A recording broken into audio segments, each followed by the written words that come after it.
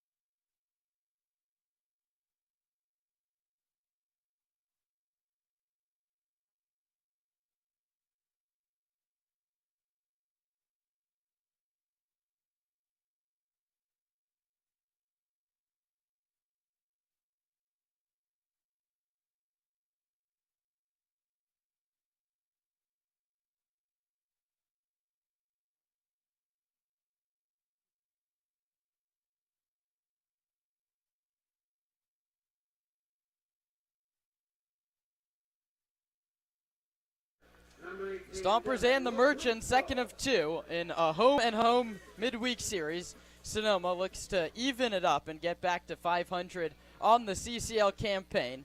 At home on this Thursday evening, they sent Devin Laginto to the hill, a 5'9", 185-pound right-hander from just up the road in Rohnert Park. The 19-year-old spent last season at Grand Canyon University, where he made just one appearance. He's now in the portal. It's his second CCL start, 3 innings pitched, 3 earned runs, and a loss. That was against the Blues back on the 4th of this month. And he faces a very similar Alameda Merchants lineup to what we saw last night. The center fielder Dominic Nahar leads off, then the right fielder Hayden Young-Goldberg, and the DH Ben Giovanetti. The left fielder Jackson Eistrom, then the first baseman Fabian Gomez. We saw a big pinch hit double from him in his only trip heading to UCSB in the fall. The shortstop Jace Jeremiah, then the catcher Mateo Mendoza, and the second baseman Caleb Latimer, and the third baseman Chase Dittmar round out the 9 for TC Fairfield. And Alameda, a hot start to the year for the boys from the island, 5-2, have sole possession of first place. It's Nahar, Young Goldberg, and Giovanetti against Laginto. Watch out, he works quickly, and the first pitch of the ball game is a called strike over the outside corner by Gary Frieders. It's 0-1. Laginto already ready to go out of the windup. That one's bounced towards second. Libby fields on the grass and just throws out Dominic Nahar. That's a tough one on the Arnold Field grass. You never want to play it all the way back at the outfield, but he gets the job done. Yeah, kind of a weird ball right at him and fairly softly hit. He just had the option to charge it or sit back on it. He sat back and took the clean hot rather than forcing himself into an awkward one, but not an ideal close play to start the game. That brings up Hayden Young-Goldberg, the right fielder out of Santa Clara, who swings first pitch and lines it foul down the line. They expect a lot of contact. Laginto, 1 walk, no strikeouts in his 3 innings of work last week.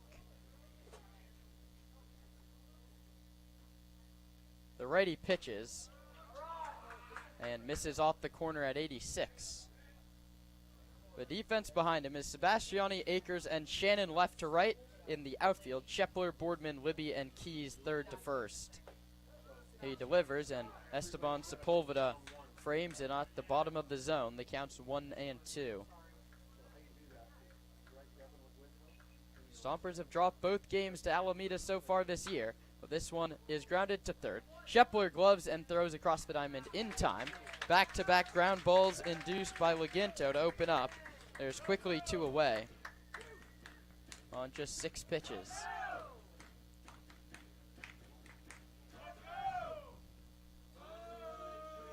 Now batting, your beer batter, number 28, Ben Giovanelli. That brings up Ben Giovanetti, and it's a called strike over the outside corner. Ben Giovanetti, welcome back to Arnold Field. He hit a .189 with a home run and 5 driven in for Sonoma last year. And he takes outside, and I think he wanted to call timeout with the home plate umpire, but that's what you're going to have to do against Laginto. He gets it, and he's ready to go. Giovanetti digs back in, and the pitch is already coming, swinging and a miss. He's going to want to step out again. And he will. And he's barking at the home plate umpire, Gary Frieders, and that's another thing that Laginto's pace adds. It really speeds up the hitter, and it's not the MLB. You can step out as many times as you like, and I wouldn't be surprised if that's an adjustment we see. Why not step out after every pitch? The 1-2, and Giovanetti goes fishing at a breaking ball in the dirt. You can step out as many times as you like. That's a 55-footer, and he was way out in front. Easy breezy, 1-2-3 first for Laginto, with the Stompers bats coming up in the bottom half.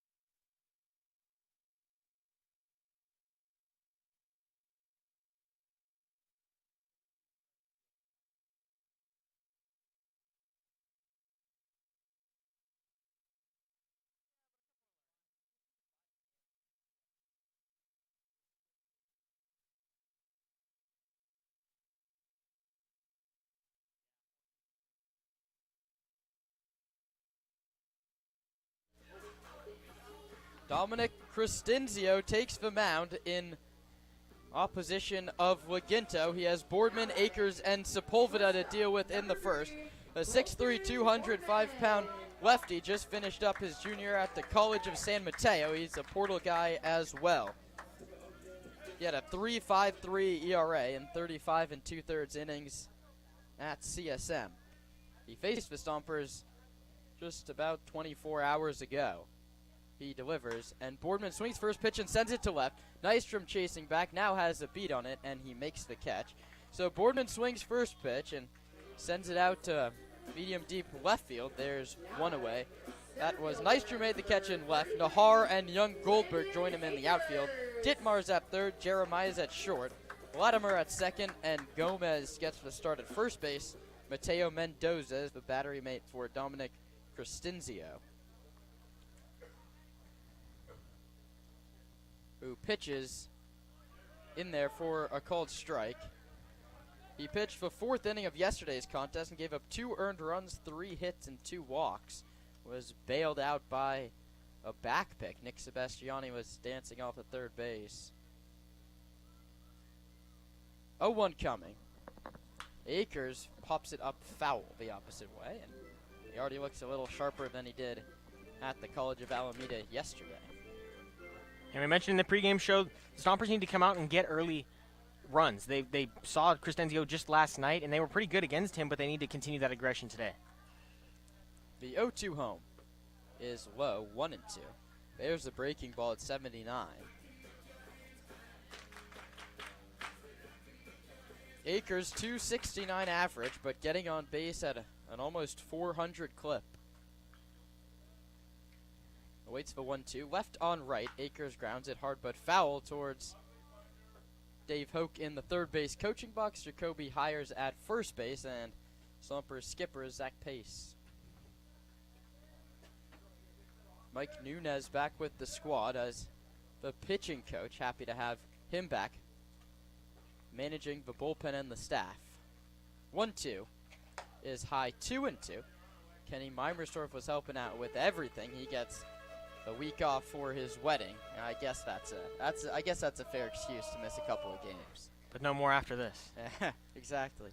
Honeymoon can wait till the season's over. 2-2 coming. Akers lines it into left field, a base hit.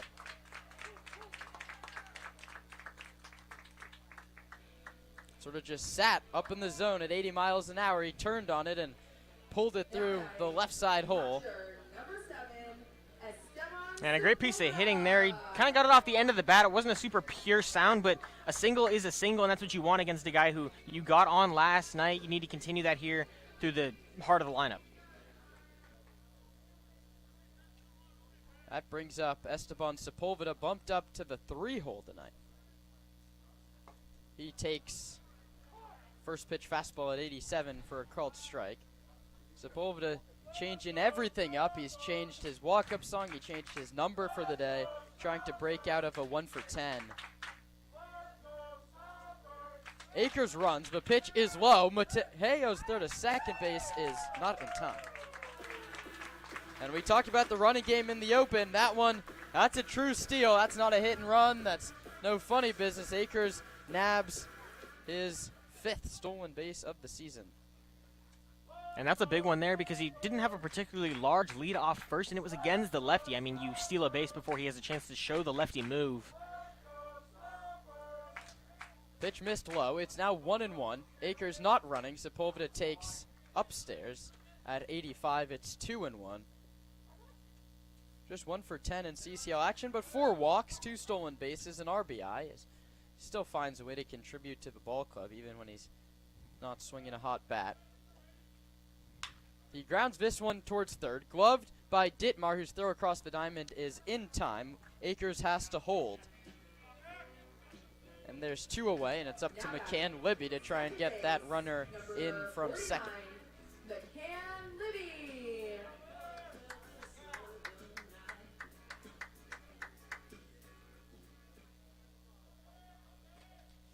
Libby, right-handed batter out of Frisco, Texas, hitting 280, a double and a home run. This is the guy you want up in this spot. He takes called strike one. He leads the team with 8 runs driven in. Akers second closest with 5.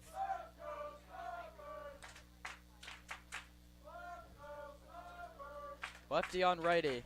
Crescenzio looking to work a shutout frame. Libby cranks this one to left center. Nahar going over, still going over, and he goes into a dive and makes the catch. A very nice play from Dominic Nahar to take extra bases away from McCann Libby and take a run off the board. So Akers singles, but he's left at second. Zeros matched by both pitchers. We head to the second scoreless on the Sonoma Stompers broadcast network.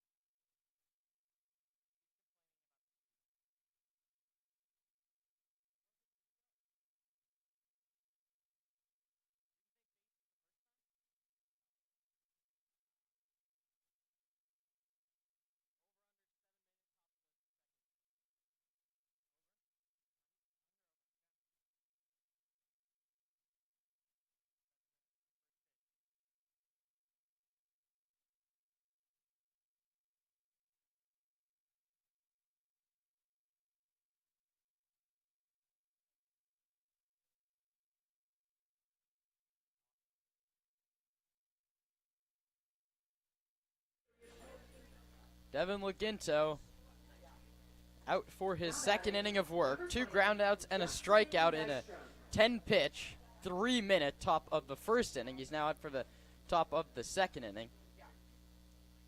And he pitches. It's grounded weakly to first. Keys picks it up. He's going to take it himself. Laginto peels off. And 1 pitch, 1 out. There's no better way to start an inning with that. Just bearing in on the hands, and he hit a cue shot to Keys. Again, smart decision to take it to the bag himself. That goes 3 unassisted. And that brings up Fabian Gomez. And right there, whoever makes the out, they can make the out. That's fine. The big thing there is you have to be assertive and take charge. If you hesitate and change the play, bad things are going to happen. Laginto delivers, and a swing and a miss from Gomez, who saw just 1 pitch in yesterday's game, and he hit an opposite field double. Came off the bench for TC Fairfield, and he scored a much-needed insurance run. That one misses low. Laginto gets it, and he's ready to go. That one's grounded to short. Boardman gets an easy hop and throws to first in time. 5 up and 5 down on 14 pitches. And now everyone on the infield's been tested. The leadoff man grounded out to second. The second hitter grounded out to third. A strikeout ended the first, and now a 3 unassisted put out. That one goes 6-3. And after playing on a perfectly manicured infield, the Stomper defense had a little more work to do. First pitch fastball, and Jace Jeremiah immediately jumped out of the box to try and slow down Laginto. Doesn't work. He's already ready to go, and pours it over the outside corner. 0-2. 88 miles an hour from the 19-year-old righty. 0-2 home. There's the breaking ball that got Joe Vanetti. This one caught, I think, way too much of the plate if you ask him. That sort of sat in or third at 74, but the change of pace fooled Jeremiah.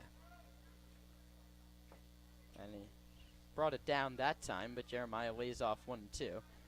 And he stepped out after every pitch. Laginto delivers a 1-2, fouled back to the screen. Well, and in case you're wondering, the first 2 outs recorded in about 90 seconds of this inning. A wicked pace here from Devin Laginto.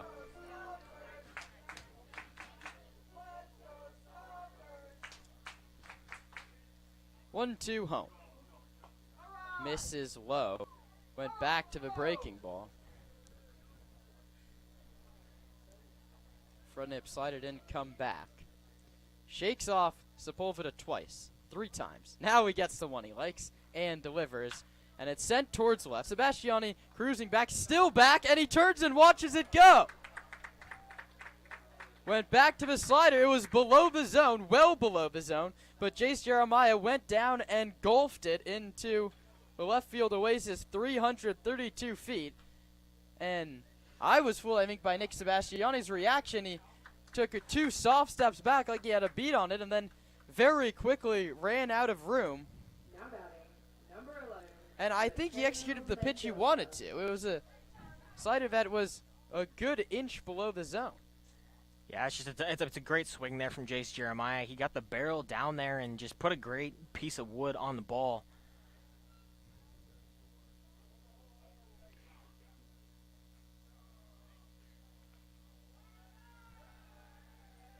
And Gary Frieder's the home plate umpire.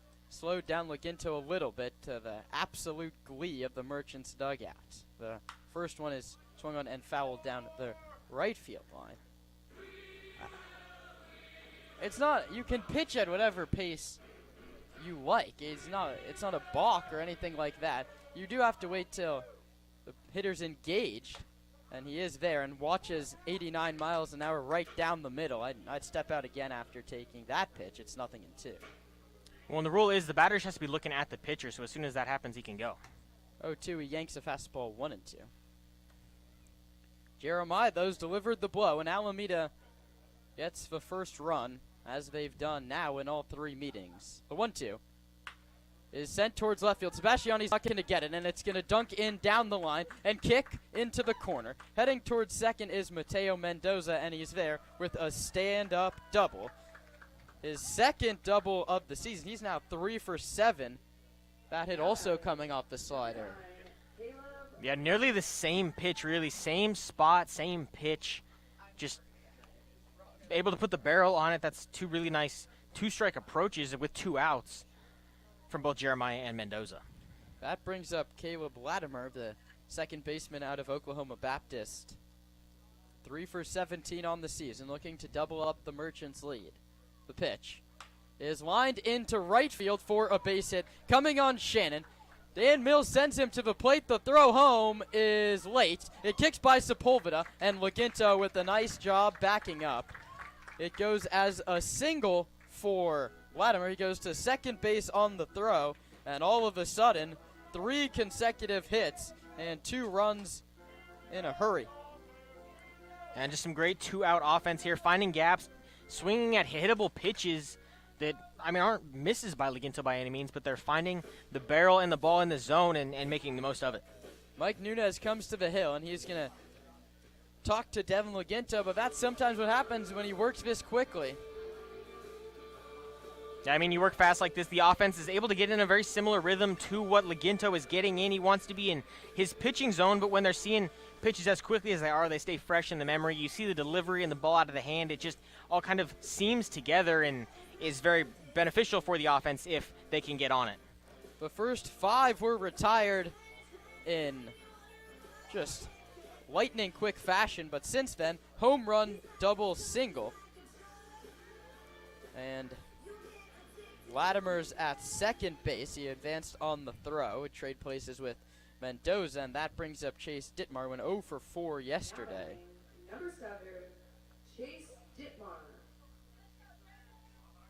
Laginto from the stretch, sets at the belt, and delivers. That's a high chopper to Boardman, who fields the short hop and throws to first in time. How about that from Colton Boardman out at shortstop? Stompers continue to flash the leather, but the Merchants get a couple runs on 3 hits and 1 left. We head to the bottom of the second. The Stompers are going to have to do it in comeback fashion. They trail 2-0 on the Sonoma Stompers broadcast network.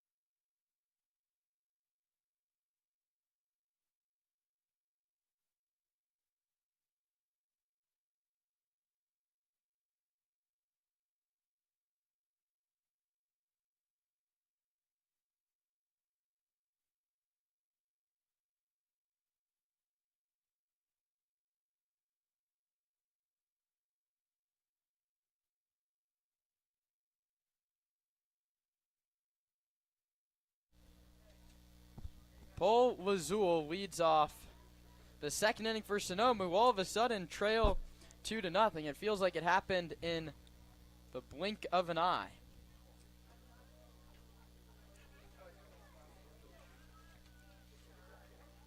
Lazul, Sebastiani, and Shepler, this left-on-left matchup starts 0-1 as Lazul fouls it to the opposite field.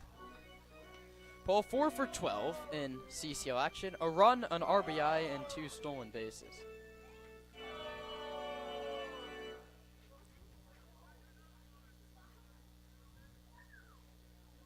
Some CCL action here on a Thursday evening in Sonoma as Lazul takes outside and low.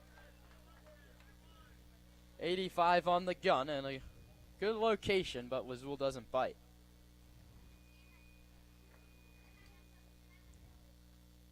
One. Crescenzio worked a shutout bottom of the first to his credit after getting roughed up yesterday. This one's bounced foul down the third base line. Fair, foul. We saw an issue with that yesterday, Roman. That one was very foul. I mean, yesterday there was a close play down the third base line that was called a fair ball that led to a Merchants run. And what was at that point the go-ahead run and would actually hold as the winning run. 1-2. Lazul takes high 2-2. 17 pitches for Crescenzio, the lefty who just wrapped up his time at the College of San Mateo, now heading into his junior year, looking to transfer to a 4-year squad. 2-2 coming to Lazul.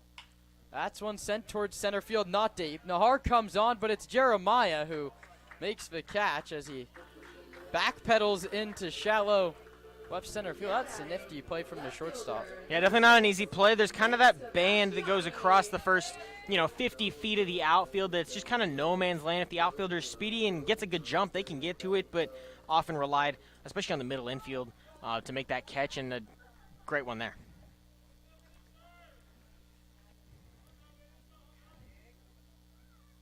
Pitch is outside, 1-0.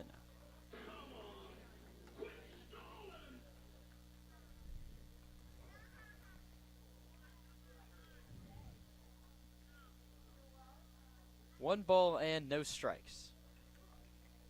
Sebastiani, a couple hits in yesterday's game, takes outside 2-0. And we talk about you just need to see the first one get down, and he, much like Brady Shannon, had a little weak infield single, but followed that up with a knock his next at bat. Way out ahead in the count, 2-0 against Crescenzio here. Up and outside 3-0. Anthony Shepler out on deck, down in the 7th spot in the order today.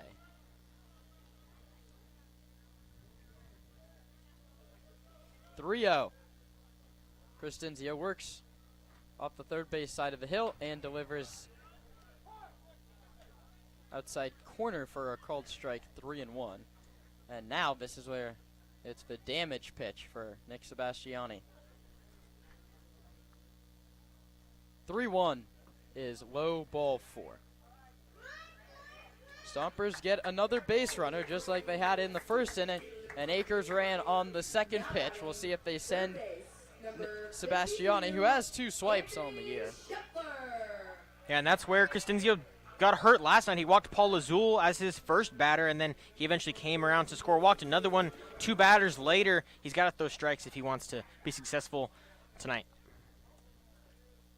Left on left again. Sebastiani off first base, not running. Shepler takes up and inside. Anthony, 278 in league play.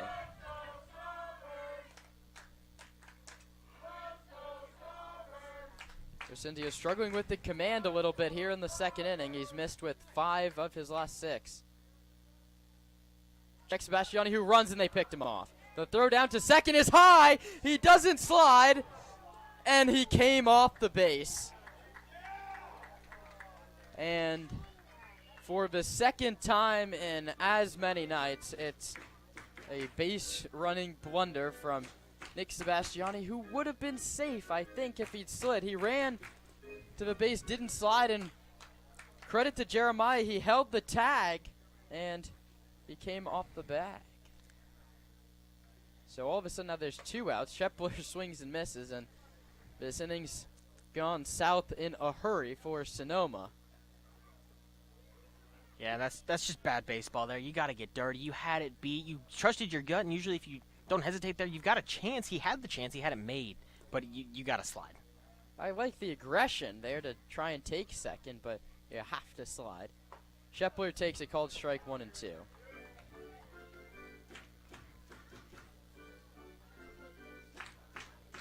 Lazul popped out. Sebastiani walked and then was picked off trying to go to second base, and now Anthony Shepler is behind 1 and 2.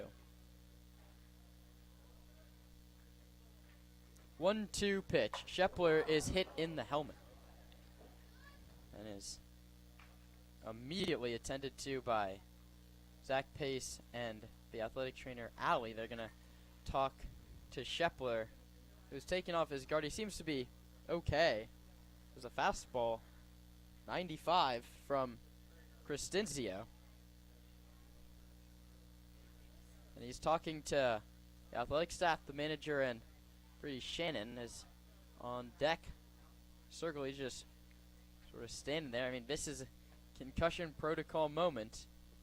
We'll see what they do, and he's going to head down to first base, or halfway down to first base, and walk with Allie, see if everything's okay. It's a base runner, though, for Sonoma. And maybe sort of the last way you want to get it, but it still counts. Shepler's on base. That's going to raise an on-base percentage that's already 350. And now that pickoff looms even larger. I was just about to say, you wish you hadn't just gotten cut down on a free base attempt. You'd have first and second with just 1 out, but certainly not. I mean, that's why you wear the helmet, but not what you want to see there, especially from a great third baseman in Anthony Shepler. And we raved about the Stompers base running over the weekend. They scored 2 runs on an infield single in San Bruno. They were taking extra bases off the pitcher left and right. But that's back-to-back days where you've shut down a rally with getting picked off, back-picked. Where that may be. I wouldn't be surprised if they keep running.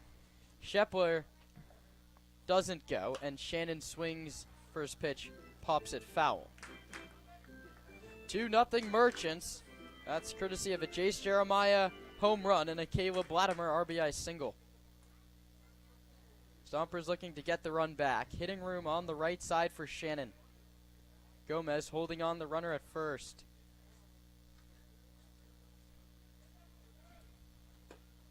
Shannon takes outside. Good take. 1 ball and 1 strike. Brady 3 for 17 on the season. One of those hits was a triple.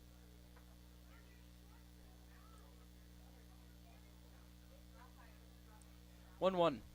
Foul back to the screen.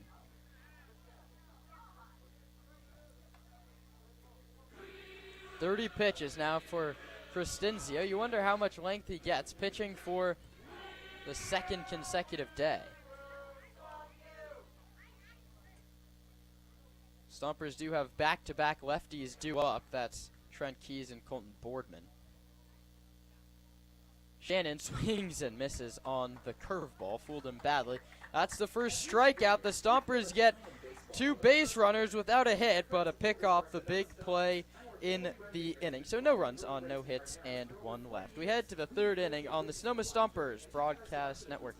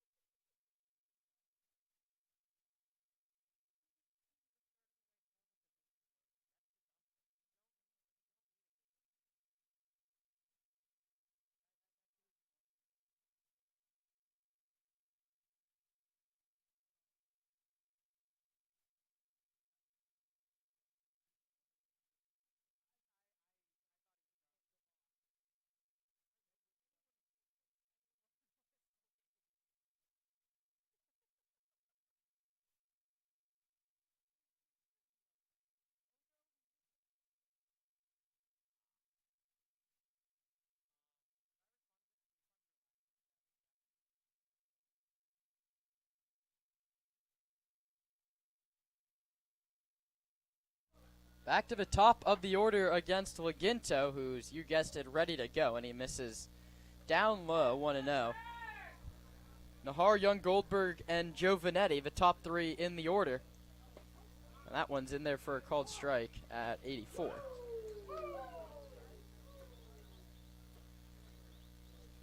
Counts 1-1.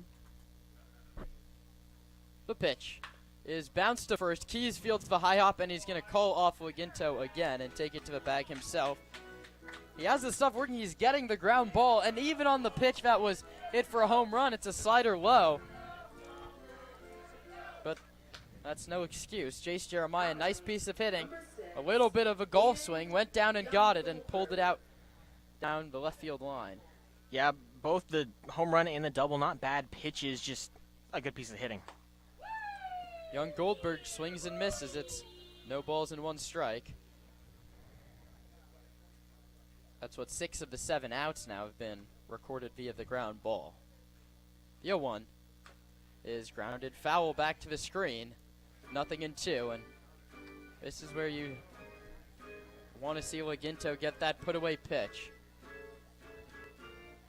Keep the pitch count low. It's only 32. Lengthen. He went 3 innings in his first 2 outings. That's fouled back to the screen. A good battle. Elevated the fastball out of the zone, but young Goldberg got to it. Santa Clara Bronco during his college season. Played for Menlo Park last year. Makes sense. From Palo Alto. Left-handed hitting right fielder. Bounces this one foul down the first base line. And we actually haven't seen a take from young Goldberg. He hit the first pitch he saw in the first inning, and he's swung 4 times here. So where do you go, Roman? You bury the slider, you bring the fastball out of the zone. I think fastball high. Laginto pitches. It's a slider low, and he swings through it. Sepulva throws down in time. Unlucky. You've been good on those predictions. And what do I know? Your summer coaching baseball last season didn't pay off enough. It's the second K. Now batting, number And a great count there, just in control. Devin Laginto is a ground ball pitcher. I think he would tell us that himself. His job is to go, let the defense work, keep a good flow going, and just get outs. Laginto's first pitch to Giovanetti is in the far batter's box and skips to the screen. 1 ball and no strikes. Giovanetti struck out in the first inning. He was upset with the umpire on Laginto's pace. This one's popped up foul, 1-1. I mean, as a hitter, you can step out as many times as you like, right? Yeah, and that's kind of why I think you need to leave Gary Frieders out of it behind home plate. You know you can step out, so step out and make the adjustment that as soon as you look up, he's going to go. That's what happens here, and Giovanetti hits one down the right field line, and it will drop foul. Giovanetti had 1 home run for the Stompers, and it was an opposite field home run down the right field line over that Bank of Marin sign. It was against Richard Keel and the Menlo Park Legends last year.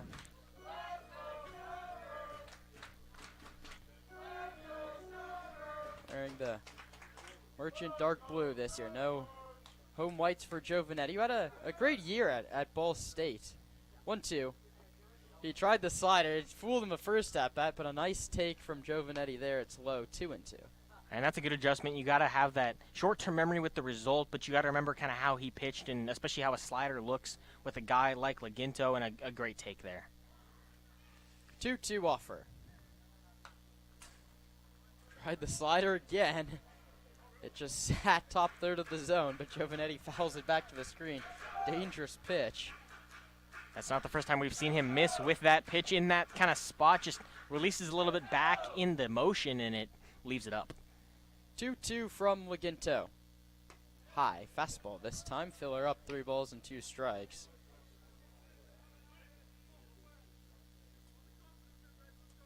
Giovanetti, right-handed hitter, the DH tonight. 2 for 10 to start out his CCL campaign. Laginto's payoff. Struck him out swinging. Went back to the slider. And Giovanetti now has struck out 5 times over this little 2-game series. And Roman, that's your pick for beer batter. You've got 2 in 3 innings. We head to the bottom of the third. Stompers look to get the Bats going. They're down 2-0 against the Merchants on the Sonoma Stompers broadcast network.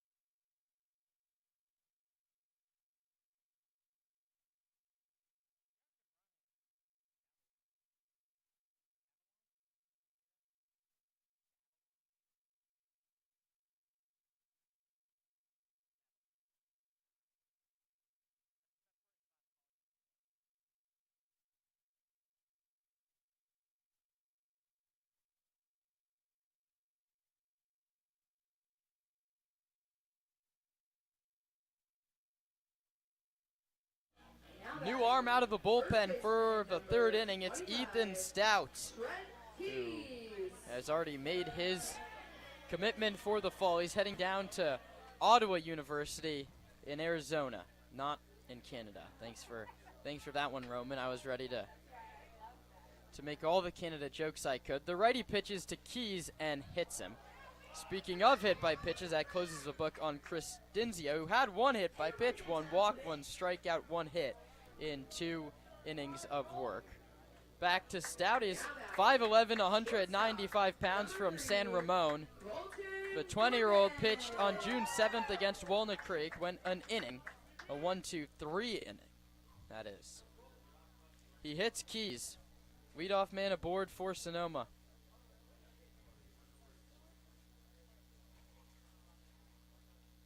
Boardman takes inside 1-0. They could go to the righty for Stompers back-to-back lefties. We'll see if Sonoma can make something happen. Yeah, big AB for Colton Boardman here. Just needs to keep doing what he's been doing. 1-0. Outside 2-0.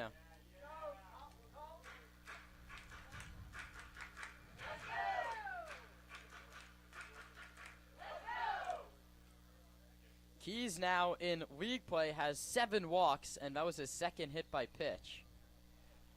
2-0, Boardman takes a fastball 85. Bottom corner of the zone, nice pitch. And Colton still ahead, 2-1. Akers on deck.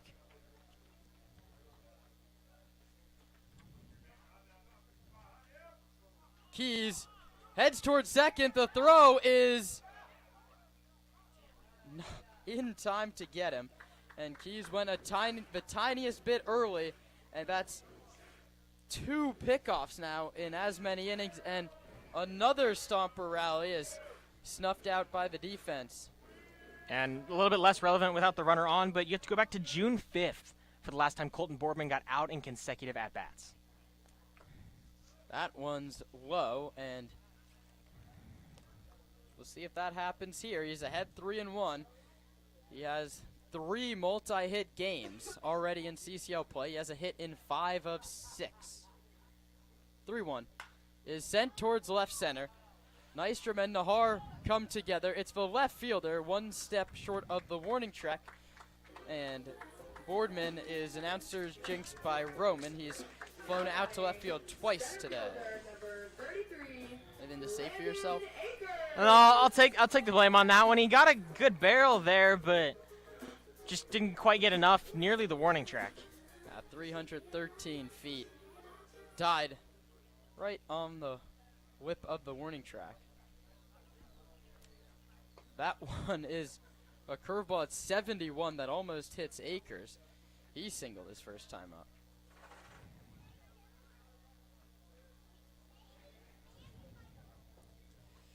1-0. As bounced towards short, Jeremiah gets the high hop chest high and throws in time to get Akers by half a step.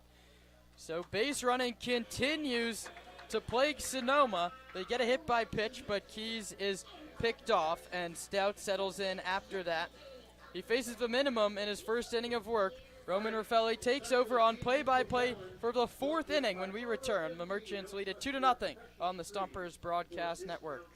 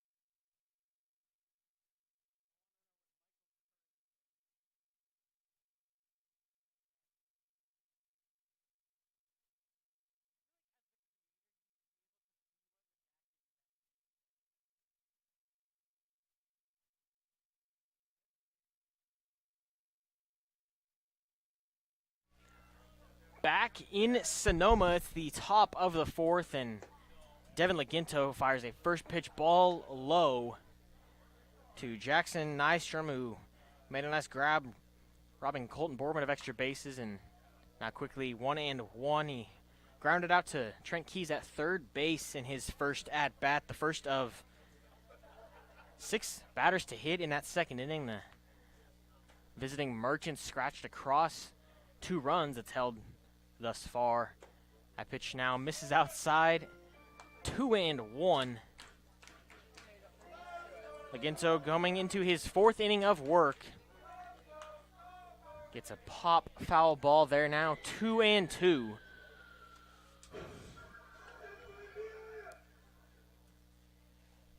Laginto continuing to work at what's got to be a CCL record pace.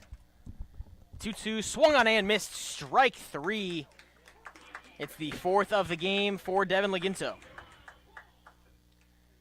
Laginto already logged several sub-10-minute innings in this one. He was 3 minutes in the first and 7 in the second. I didn't track the third, but mostly just worried about jinxing it. Now the lefty Gomez takes strike 1.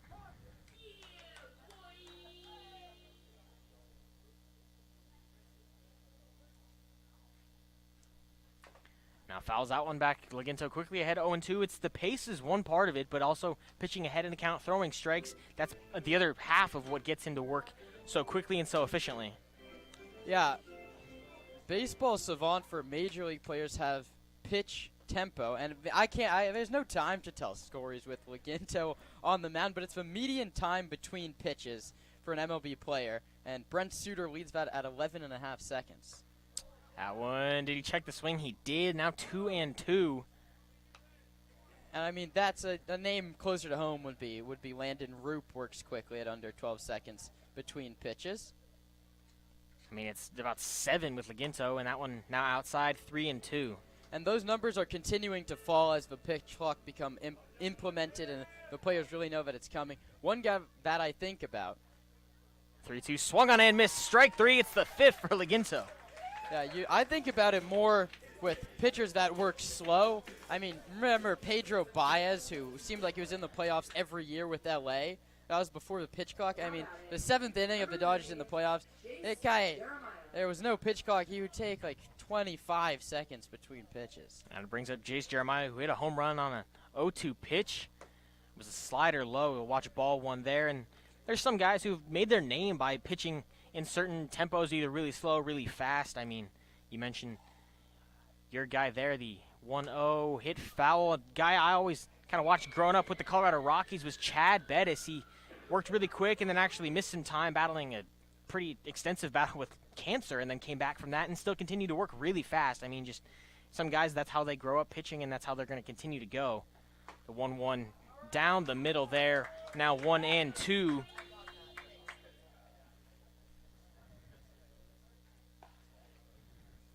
And the 1-2 catches the inside corner. It's a backwards K to end the inning. 1-2-3, all via the strikeout. We'll head to the bottom of the 4th here in Sonoma.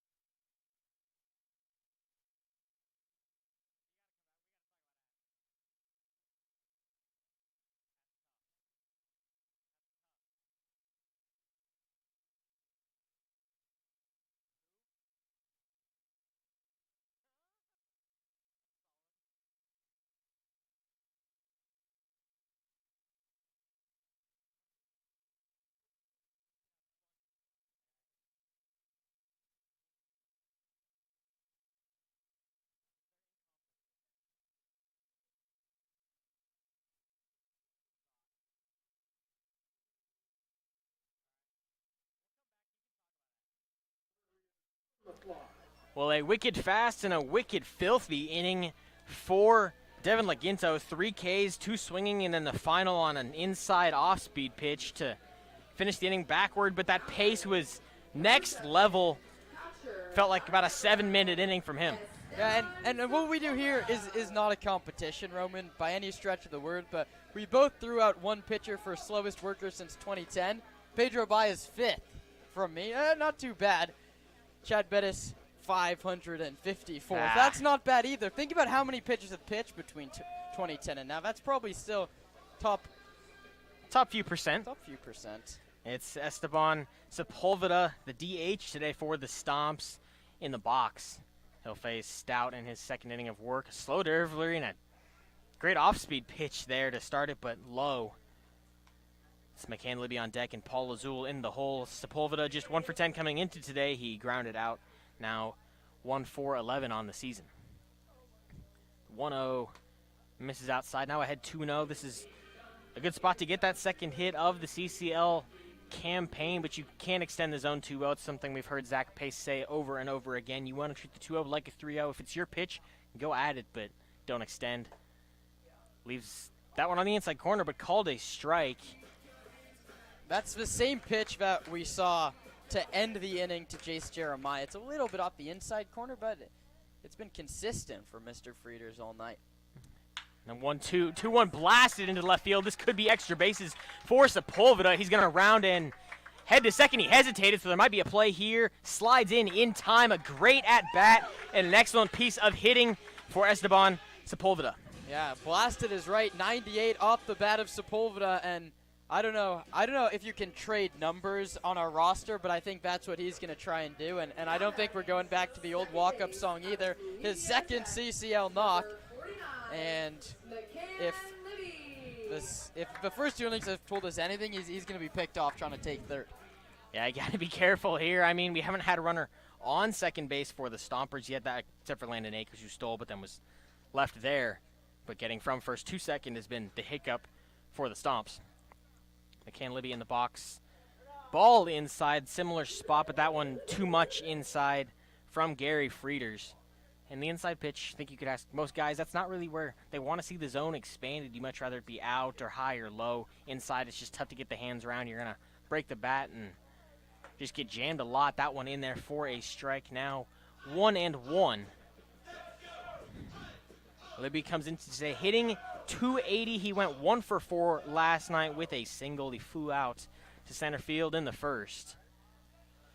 And what looked like a pick move. They don't go. That one now nearly on the toes of McCann Libby. He's ahead 2-1.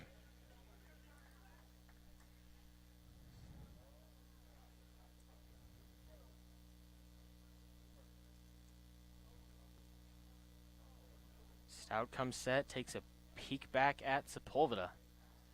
And the 2-1 to McCann. Hit hard into the 5-6 hole. That's a base hit, and Dave Hoke throws up the stop sign. It gets past the left fielder, so McCann Libby's going to have an extra 90 there, and Sepulva comes across to score. It's the first run of the game, and a juiced-up Esteban Sepulva scores on a McCann Libby single.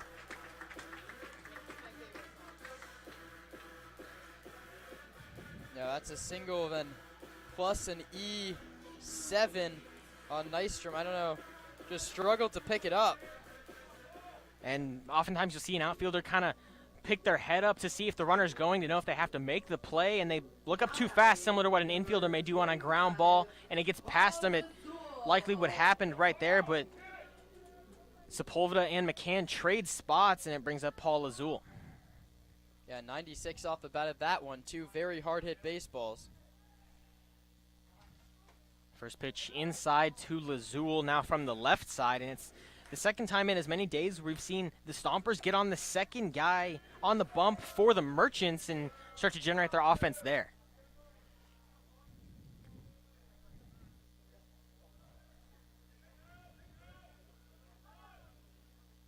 The 1-0 to Lazul in the dirt. McCann does not advance from second. Lazul came into today 3 for 9 in the CCL contests, 1 for 4 yesterday. And he's just been putting together great ABs for the Stompers. Just patient approach, confident in the box. Similar to what we're seeing here, up 2-0. Yeah, that tack on team-leading 9th RBI for Libby. And breaks the bat on a ground ball to first. It'll move up McCann Libby. Serves really as a sacrifice bunt, and that's exactly what you want there. No outs. Get the ground ball, move him just 90 feet away, and he now scores on most things.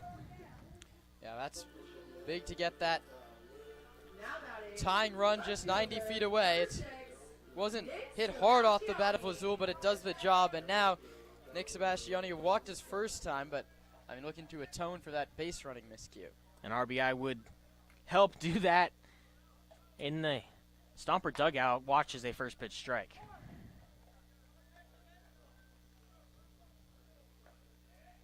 No one up in the bullpen. Laginto looking like he's coming out for the 5th. And why not after that 4th inning? Now the 0-1 to Sebastiani. Kicks away, and this is a jog home for McCann Libby. The Stompers get them both back. A double, a single, and then a passed ball after a Lazula ground ball, a great way to tie this game back up against a tough Merchant squad. Yeah, Stompers special, score on a wild pitch.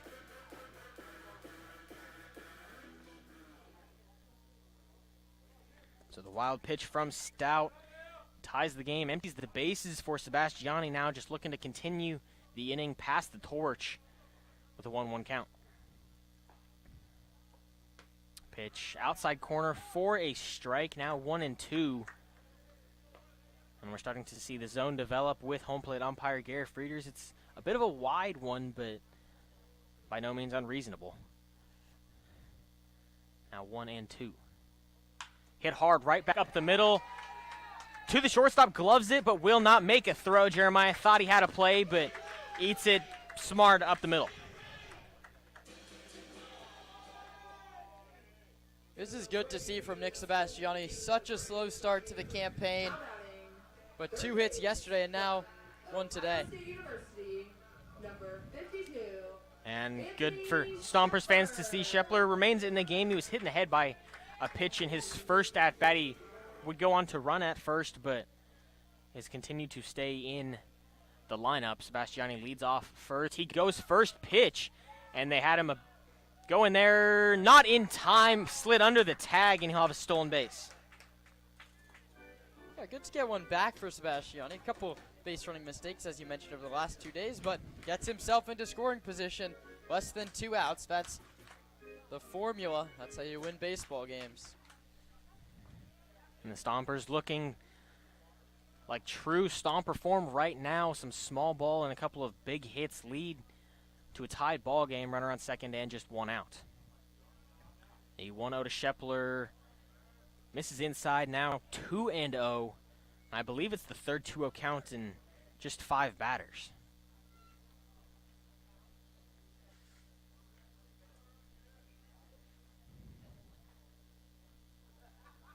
Sebastiani on second and Shepler at the plate. The left on right matchup in favor of the batter. 2-0, hit high and very far foul right.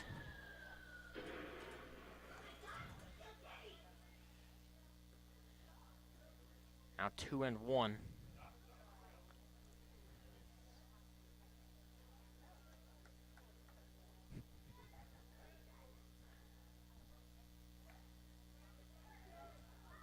Stout slowing down the pace.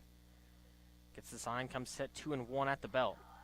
The pitch catches the outside corner, a nice off-speed pitch. Started far out and worked its way in. A tough pitch to hit unless you're sitting on it, now 2-2.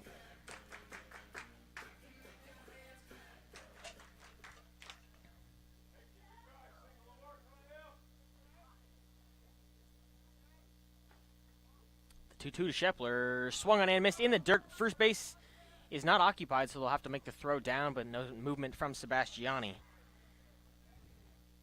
It's the first strikeout from Stout. Now batting, right fielder, number That will bring up Brady Shannon, our Stomp Watch player of the night. Had a 1-for-4 outing yesterday, a 2-for-4 outing on Sunday, but just hitting 176 on the year. Whoa, whoa, whoa. Your Stomp Watch player. Unless he does well. Then it's our Stomp Watch player. Right. First pitch he sees misses outside, and just as I said, we're starting to see the zone kind of come to life. We're not really having the same calls made, so disregard my previous comment. The 1-0 to Shannon. Misses in the dirt. Sebastiani thought about it, but a good block from Mendoza behind the dish keeps him at second base. The go-ahead run at third. It's just the 4th inning, but, I mean, factually, he's the go-ahead run, the third for the Stompers. If he can advance 180 feet, Brady Shannon looking to do just that. Stout comes set, takes a look, and delivers home. Misses outside, and Sebastiani goes there. He kind of delayed the throw down, not in time, but a nice jumping grab from Chase Ditmar might have saved another 90 for Sebastiani.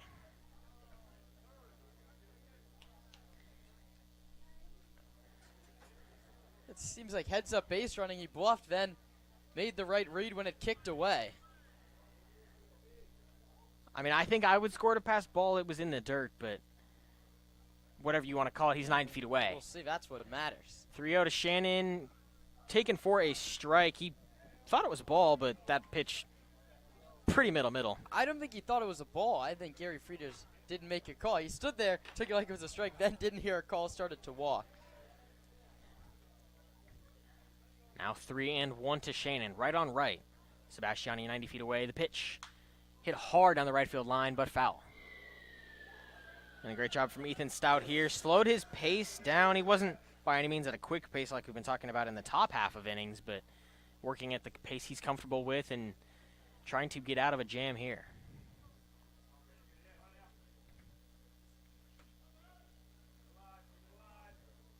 The payoff pitch hit high and deep to right field, foul. Giving chase is young Goldberg, but we'll watch it fall out of play.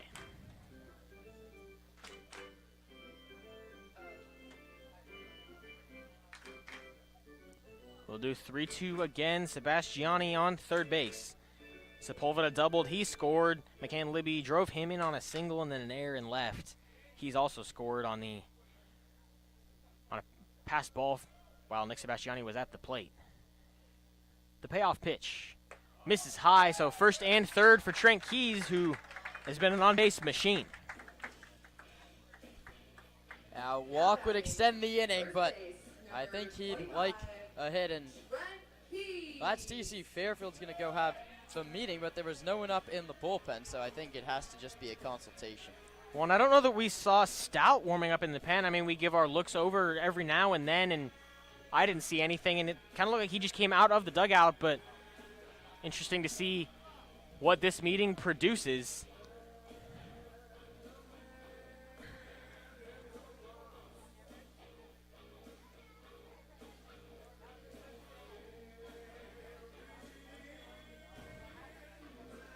So it doesn't look like it produces anything, although we're seeing the infield kind of disperse at a semi-random pace. The first baseman, Gomez, walked out pretty quick, and the others kind of hung around, but we might be seeing some sort of defensive play put on here as Latimer, Jeremiah, and Ditmar have had an extended conversation as they walk, just kind of meander around the field.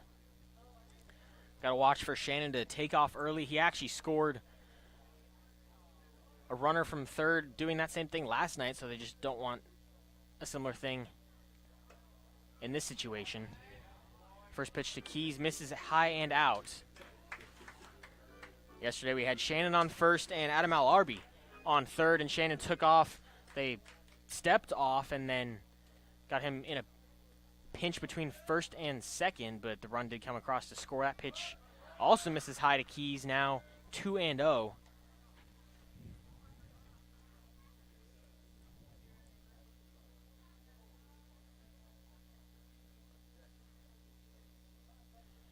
And Trent Keys calls time. Didn't like the pace that Ethan Stout was working at, but for the latter reason that we've talked about most of tonight.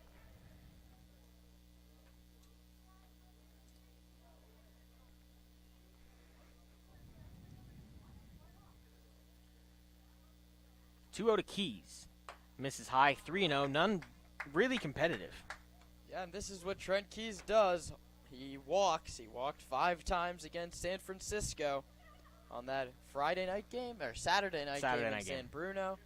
He was hit by a pitch his first time. That's 9 free passes, 1 ball away from his 10th on the season. The 3-0 in the dirt, so ball 4, exactly what you said, his 10th walk in CCL play. It's a bit early for awards, but I think he wins the most patient approach on the team. That one loads the bases and brings us our first bases loaded, courtesy of Friedman's. Friedman's home improvement. If they don't have it, you don't need it. That's not the full read, but I forgot the rest of it. I'm the newbie here in Sonoma, so I would appreciate a little bit of slack, and we'll have a new pitcher on the bump. We'll introduce you to him when we come back here in the Stompers Broadcast Network.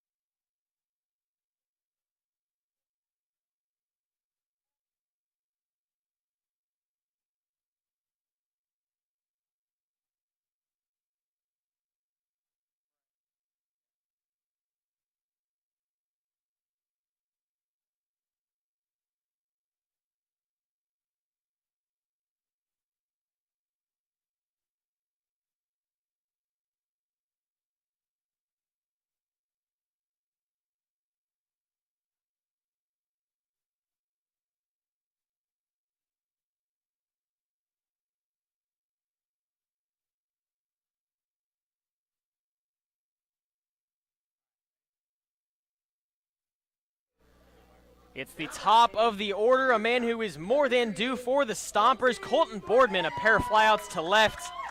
In this Friedman's bases loaded moment, Friedman's loaded with all your home improvement needs. If they don't have it, you don't need it. Had to redeem myself there, and now the first pitch to Boardman misses well outside. It's Chase Taylor on the bump for the Merchants. Walks as good as a hit here. That's what you have to be telling yourself.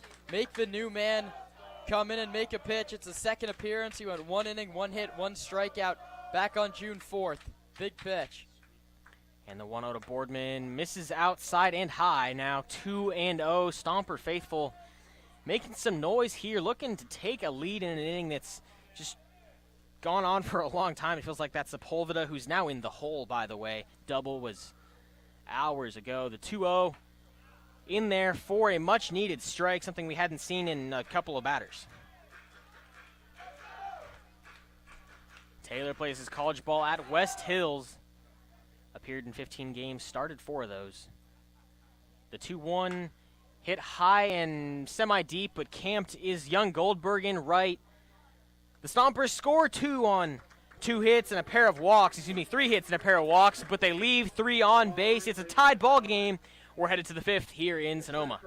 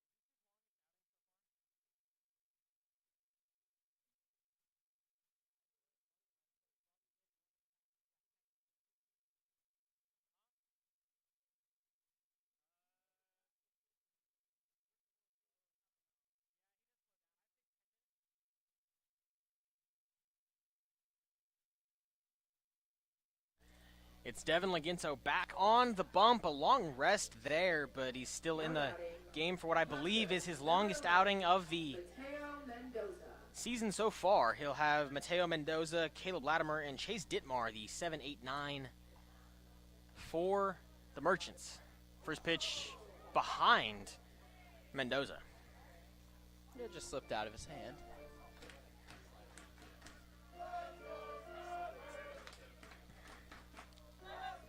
Happens sometimes. Slider clearly slipped, didn't hit anybody, so you're fine. And gets a sword from Mendoza, who's very unpleased with himself. A high and in fastball there, just a defensive swing. The kind of human instincts take over. You got to defend yourself and put the barrel out there. Now 1-1, 1-2, working quick. 87, he hasn't lost anything on the gun today. And really hasn't lost anything as this game's continued into inning 5. Mendoza watches a high and in fastball, now 2-2. Mendoza had a double and came around to score the second run in that second inning for Alameda. And 2-2. Fouled back, now 2-2 again. Good emergency hack there at the 2-strike approach. That pitch is just off the corner, but Mendoza picks it up, throws the bat head at it, and sees another. We'll do 2-2 again, a stop sign from the home plate ump. He lets it down and he goes swing and a miss, strike 3. It's the 7th of the day for Devin Laginto. 6 strikeouts in a row. All of them swinging. Now batting, second base, number 9, Caleb Latimer. And to bring up Caleb Latimer for the Merchants. He singled but was left on second base, his first AB, and he takes a strike on the outside corner. Yeah, the pitch count's still just 63 here. And he's been getting early contact. That's what he has to keep doing. The 0-1 fouled back 0-2, and that's something we've heard from Zach Pace is as the season prolongs, he's going to let guys extend a little bit if they've got good stuff. And I mean, who's had better stuff than Devin Laginto? 7 strikeouts through just 4 1/3. Pitch in the dirt there. Not a bad pitch. You've got one to give, and you want to change the eye level. Nice block from Sepulva. Nobody on base, but I feel like those reps are crucial at Arnold Field. Just make it a habit, nothing past you. And the 1-2 hit right back up the middle. Boardman en route, makes the snag onto first in time. He's got it. A stretch from Trent Keys makes the play. It's 6-3 and 2 outs in the inning. Early work wins you ball games, and Colton Boardman's been putting in the early work every day, taking ground balls at shortstop, and that's now 2 very, very nice plays. Now batting, third base, number 7, Chase. That'll bring up Chase Dittmar, who grounded out to Colton Boardman in his first at-bat that ended the second inning. First pitch he sees swing and a miss. A nice two-seam fastball at the feet. That one just kind of nose-dived, almost a sinker, really, from Laginto. The 0-1 in for his strike quickly, 0-2.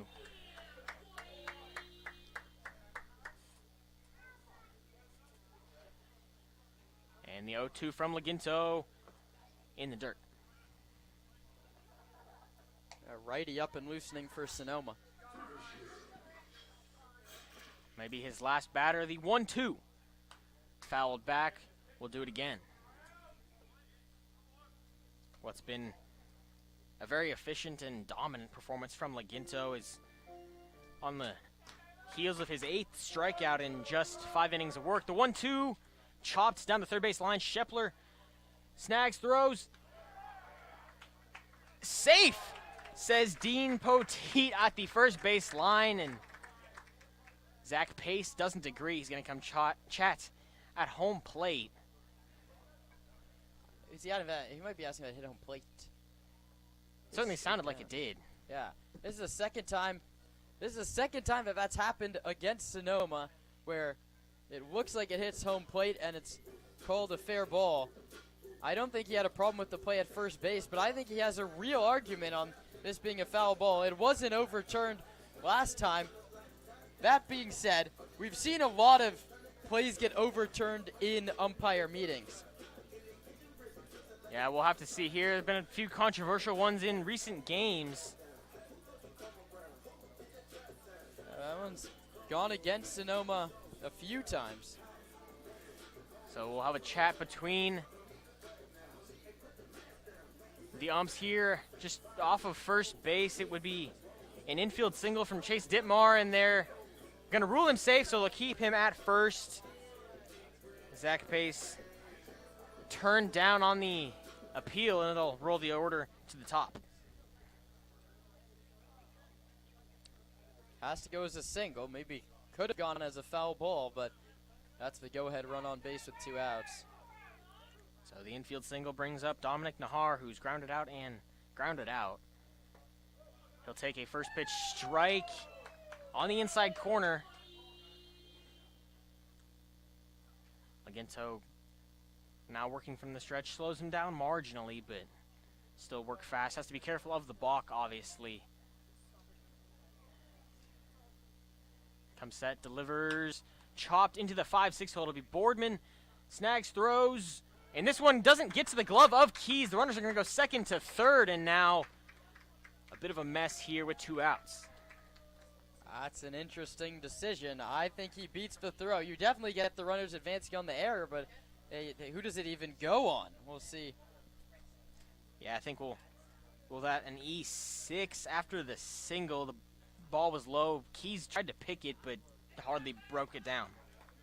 Yeah, I think that's the right decision. He definitely had it beat out, even if Boardman makes a nice throw, and I think he did. I think what happened was Keys had to uber stretch to try and get the out in it. It got by him, and now you're in trouble.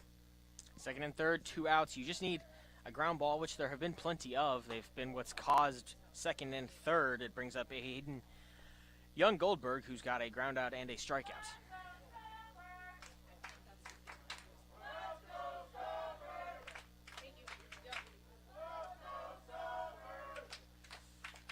1-0 to young Goldberg. In there for a strike. Now 1-1.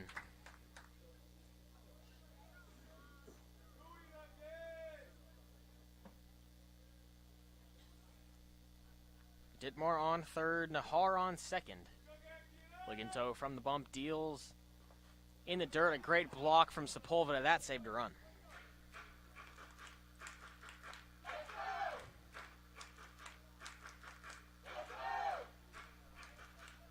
Young Goldberg from the left side. It's left on right with Liganto. Likely his last inning of work. Looking to make this his last batter.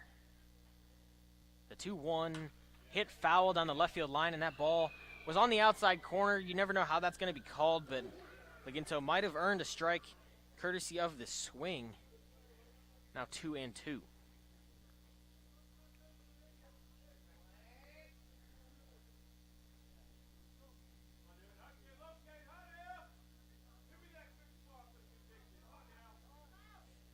Liganto steps off with the called time from young Goldberg. Comes set here. 2-2. Fouled back.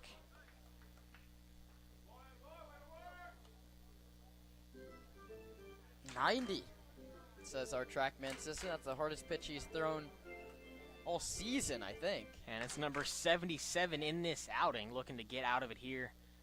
Bit of extra motivation. The 2-2. Swung on and missed. A big fist pump from Liganto as he walks off the mound. It's his 8th of the night. That might be done for him. A big celebration with Esteban. Sepulveda will head to the bottom of the 5th. A jam worked out of here in Sonoma.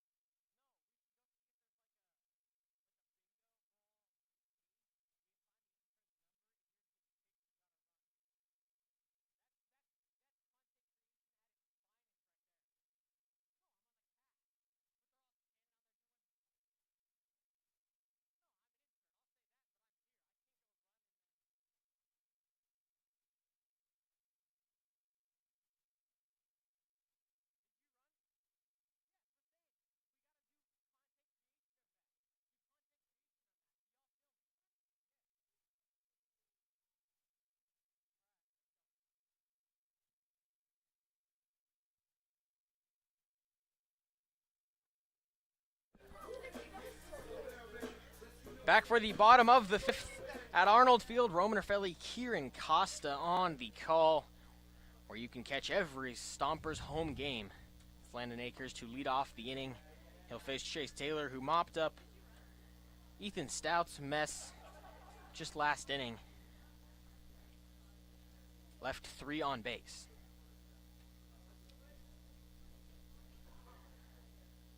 The 1-0 to Akers.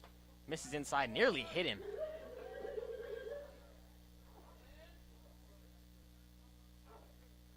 Yeah, Stompers sent 8 men to the plate last inning. You get 2, you leave them loaded, and the left on base issues causing issues the last 2 days. Now 3-0 to Akers.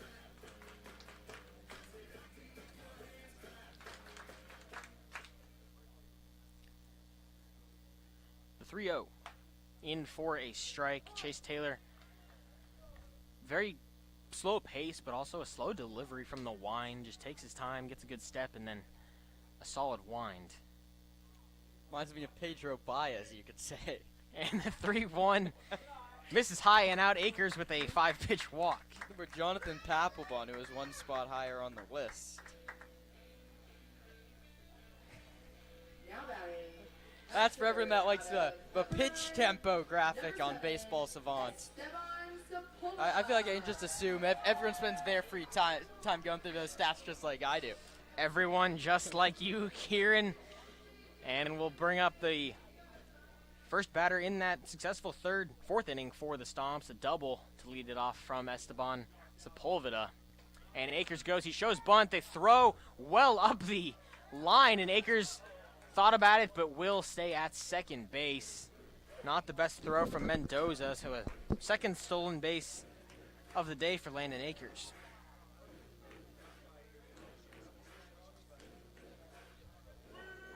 The pitch was called a strike. It's 0-1 to Sepulveda. Yeah, you think he was just squaring to square there, make that throw a little more difficult? I think that makes sense, especially with the small ball that the Stompers have played all season and are continuing to play and benefit from here.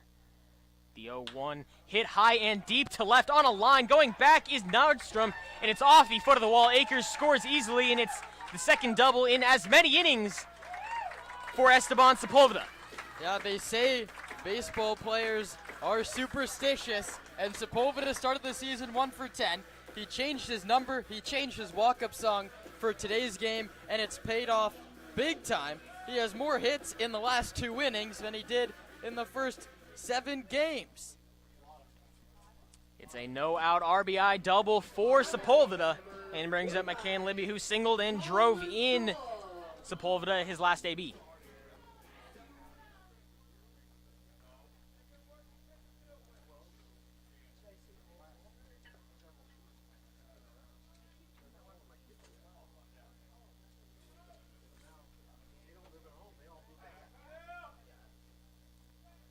Libby from the right.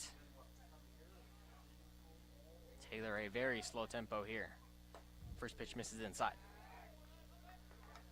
Correction, number 49, McCann Libby.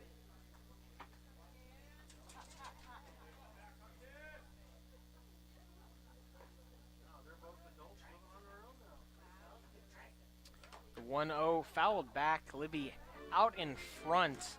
Now 1-1.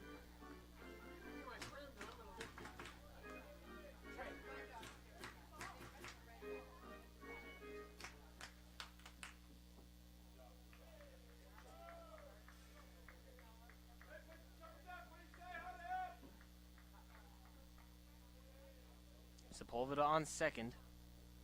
Taylor gives a look and delivers home. Libby takes strike 2 down in the count.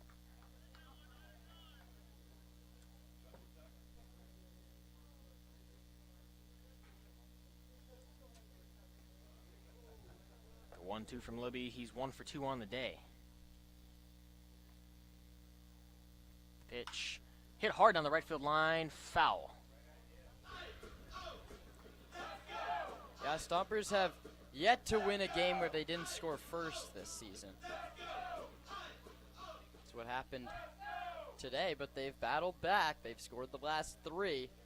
3-2 lead, but more importantly, a much-needed insurance run at second base. A lot of hitting room on the right side of the infield again. And we talked about it in the pregame show that you can catch around 5:45 every broadcast. They just got to continue to score. The 1-2 misses outside. A good take there from Libby. Because the Stompers offense, it's kind of come in waves where you see a few in a couple innings consecutively and then a bit of a drought. And that's just what's led them to give up some leads and not be able to really get them back.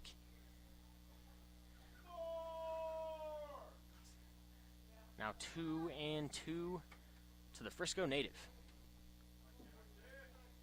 Taylor comes set, takes a peek, and deals. And it's popped up off the end of the bat, just behind Sepulveda, and nearly, they're going to say he tagged him at second base. Dean Poteet says he caught it and then tagged him, but he looked like he was on the base. No, I think what happened, Dean said out on the fly and did not make a call at second base, and then Sepulva immediately turned. You're asking me? Dean says no. The correct analysis, although the middle of the infield seems confused. They might be having a light chuckle between Jeremiah, Sepulveda, and Poteet. But that's an interesting, why was Sepulveda not on the base? It's not like he's running to third if that ball drops. Exactly. It brings up Paul Lazul from the left side, who hits a high pop-up down the third base line. Both Mendoza and Ditmar. Ditmar calls him off and makes the grab. Now 2 gone with the runner on second. Yeah, but Nick Sebastiani, this is a big at-bat. He's picked up knocks. He's really gotten it going, or I guess somewhat gotten it going. He has 3 hits now in this little series, but none have come with runners on. It would be a nice time to really atone for that base running mistake. Runner in scoring position with no outs, but now 2 in the inning. Sebastiani from the right side takes an inside strike. 66 miles an hour, went all the way up and dropped all the way in.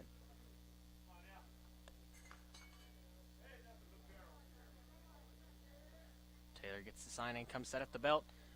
Deals, popped back now, 0 and 2.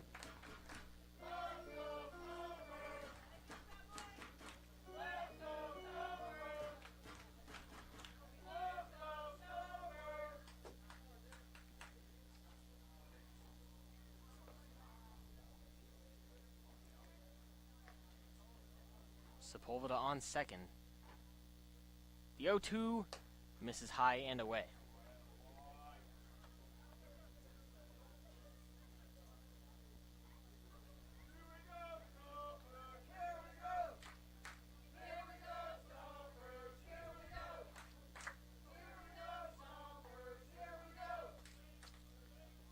The 1-2 to Sebastiani, in there for a strike. Off-speed pitch low in the zone, ends the inning. One comes across to score after the Sepulveda double. That was Landon Akers, but he's left on second base. We'll head to the top of the 6th here at Arnold Field.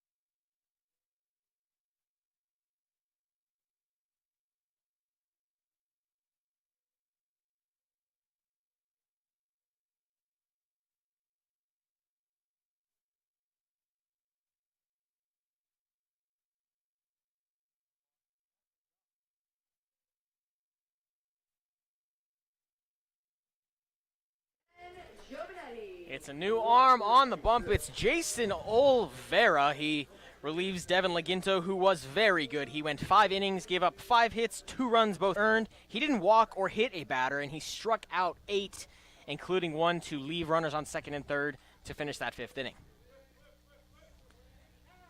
Olvera also from the right side. First pitch from him is hit high and deep to right center field. Akers going back near the wall. Makes the catch. He got turned around but was able to lay out and snag that one. It's 1 pitch, 1 out for Jason Olvera.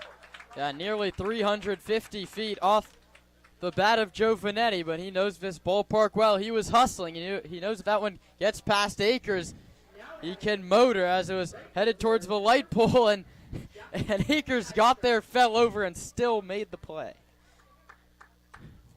This will be Olvera's second outing of the CCL campaign. We'll tell you about that in just a moment. First pitch inside to Jackson Nystrom, but in for a strike. Olvera pitched 1 inning against the Merchants back on June 5th. He struck out 1, didn't allow a run, a hit, or walk any. Faced the minimum. The 0-1 misses in the dirt.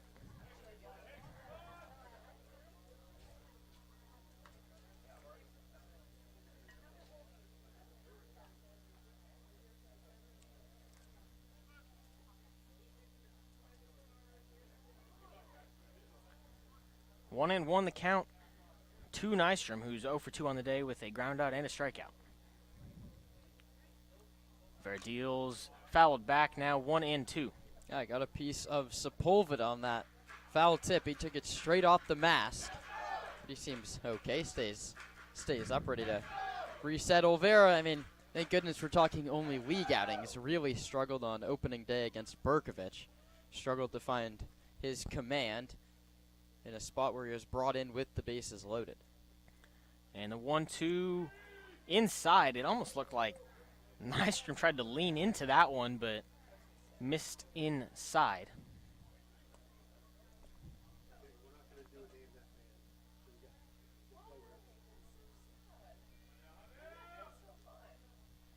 And the 2-2 battled back. A good AB being put together here from Nystrom. And this is big, especially when your leadoff against the bullpen arm hits the first pitch he sees. You got to have someone early in the lineup to see some pitches, let the rest of the team see what the new guy's got, and he's doing just that here, battling 2-2. And the 2-2 missed low. Now 3-2. No appeal? I thought he definitely got started. Well, Sepulveda and Olvera don't ask for it, so it'll be 3-2 to Nystrom, looking for his first on-base appearance of the night.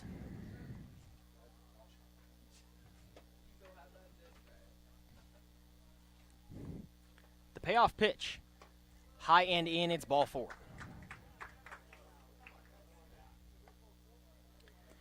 Olvera gets a fly out in his first and walks the second. It'll bring up Fabian Gomez with a ground out and a strikeout tonight. I wonder if we see the Merchants run off Olvera. They really didn't have the situation to do it. Laginto, I mean, it was either a long ball or a strikeout is what it felt like. It was 2 little infield singles. They happened on near consecutive pitches. First pitch in for a strike to Gomez. Olvera works just from the stretch. No wind without runners on, so it doesn't change the look. He's going to have to vary the cadence and be aware of the runner at first. Gets a sign, takes a look, and delivers in the dirt. A good block from Sepulveda. He's been great behind the dish today. Brick wall behind the plate today for Sonoma. And he's been great in the box as well. It's a pair of doubles. He's having himself a great night in a new number. The 1-1 from Olvera. Hit hard right back up the middle. He's going to get a piece of it, but loses it. And it'll go, I don't know what the scoring is there, but it puts runners on first and second. I believe it'll be an error on Olvera. He tried to get a piece of it. He dropped the glove and kind of slipped as he tried to field it there. Just a tough play.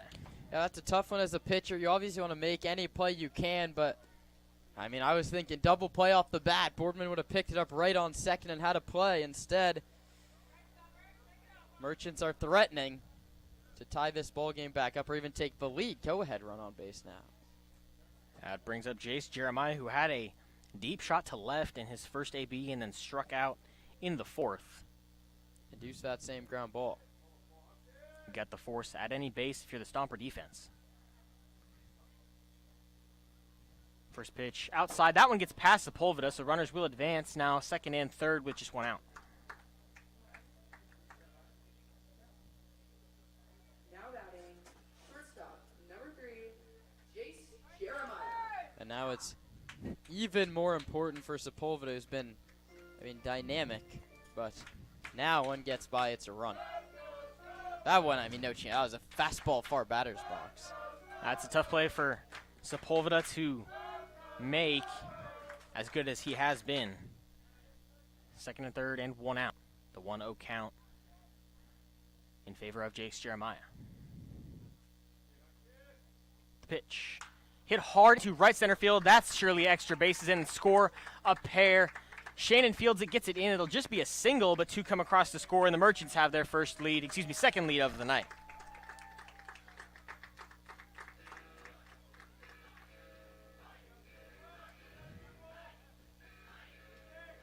Really just a great piece of hitting there. The pitch was middle and low, but he took it the other way, sat back, let it travel a bit, and took it into the right center gap. That's a single every day of the week. Brings up Mateo Mendoza with the runner on first. Now batting, number 11, Mateo Mendoza.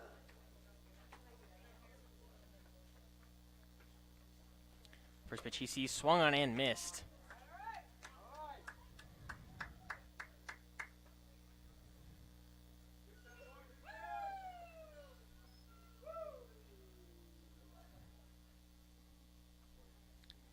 The 0-1 misses outside, gets past Sepulveda, and that will give a 90 to Jeremiah.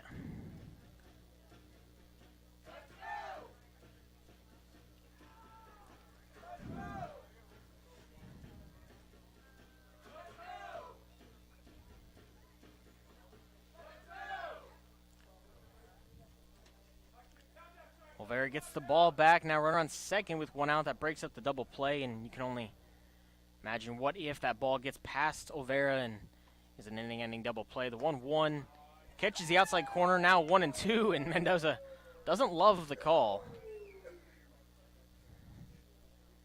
Felt like it was outside.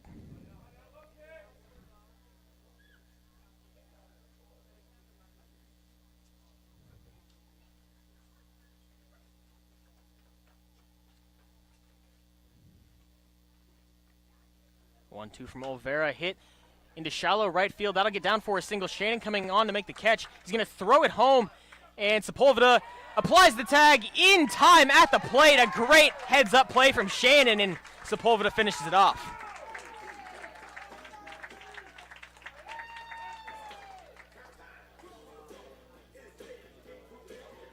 The putout goes 9-2 in favor of the Stompers, and that one saved a run. Perfect throw from Shannon. They had him by 10.5 feet, but that was a perfect throw. And he was given a stop sign at third base, but I think he was too far committed, said, "I've got it," and he did not, in fact, have it. It was send, stop from what I saw. I saw him waving when that ball got down, and he's motoring. I think that was a true send there. When I checked him when that ball hit the ground, he was sending. You can't throw up a stop sign that late. That pitch inside to Latimer, now 2-0, and a great play from Brady Shannon in right. We mentioned he's a heck of an athlete, a two-sport athlete at Youngstown State. He plays a bit of quarterback and threw a Hail Mary to home plate there, and he got the connection. That was the quarterback arm showing out in right field. Now 2-0, hit into shallow left field. Bastiani does not make the diving catch, and it's going to get past him, hops up. A run will surely score from first here. They're going to get the ball in time to leave the runner at second base, but one comes across the score with two outs.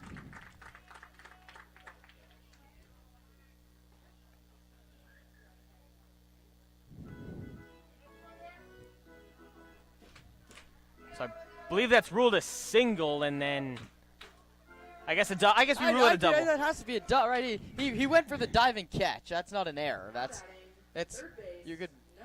It's a mental error if you want to give it an error, but that doesn't go in the scorebook. And I like the decision to lay out there. I think he had a play on the baseball.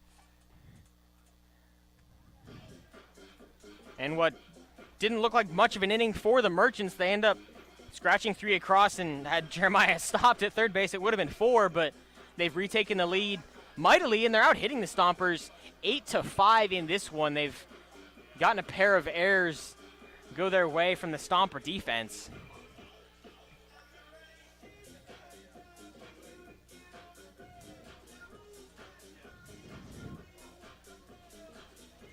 The first inning of work for Olvera prompts a mound visit. As you see the meeting occurring there, we'll see a visit from the home plate umpire. And that breaks it up, but Devin Laginto had a very solid outing, 5 innings, gave up 2 runs, but struck out 8 and stranded 3. But the first bullpen inning surrenders 3 with the runner still on second base.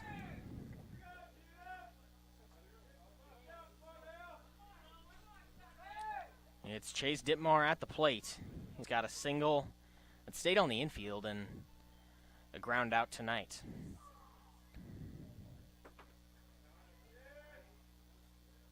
Olvera takes a look back and delivers first pitch strike.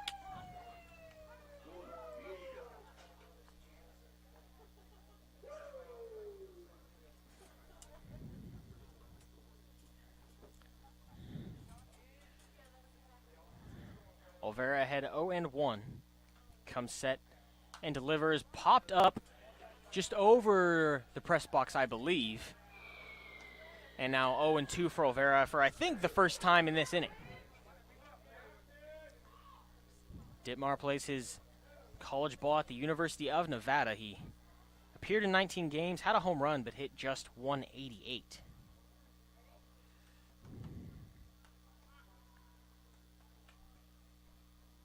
Olvera gets the sign, comes set.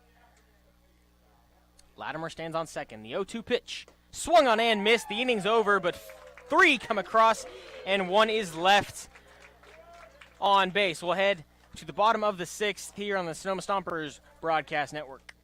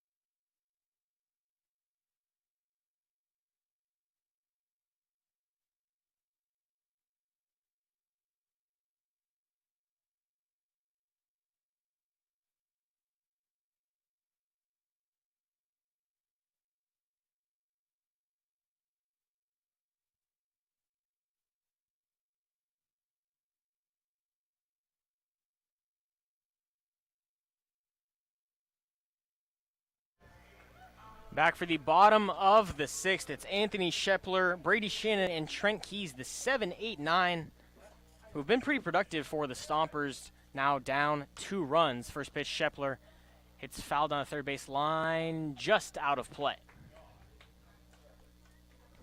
Now batting, third base, number 52, Anthony Shepler.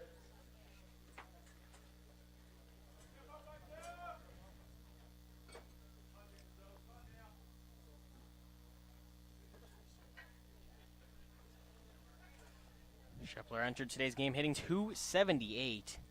He's been hit by a pitch and struck out.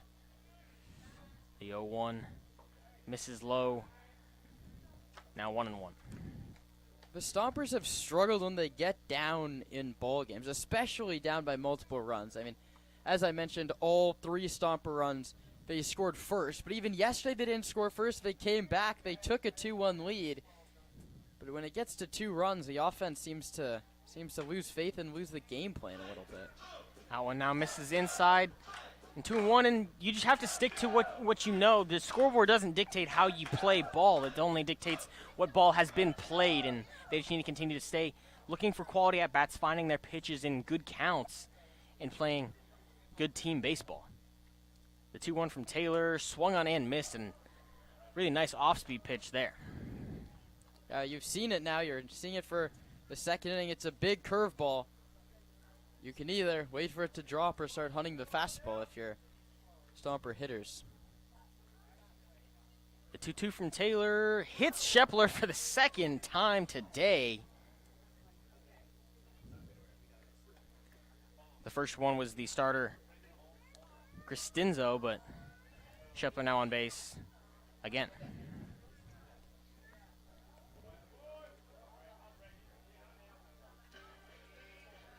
Brings up Brady Shannon, who had a nice throw from right field to get an out at the plate in the top half of the inning, looking to contribute to the offense, getting some of those runs back here.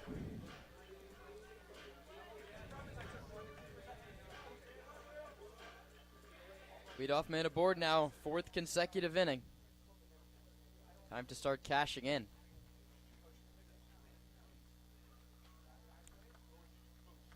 First pitch from Taylor, chopped, fouled on the third base line. He had Shannon out ahead of that one. Taylor been very solid in coming in for Ethan Stout. He came in a bases loaded 2-out jam. He got Colt Bourbon to fly out to right, and since then, just 1 run has scored. He picks back to first, Schepler back in time.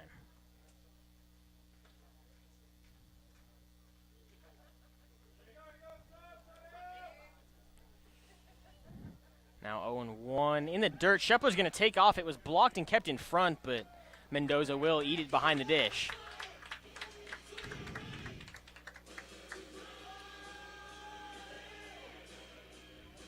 Schepler now in scoring position and no outs. Yeah, first stolen base this year for Anthony. And that's a big one there, looking to get these Stompers back on the board. Would be the 3rd consecutive inning they've scored. Put up 2 in the 4th, 1 in the 5th. The pitch to Shannon in there for a strike now, 1-2.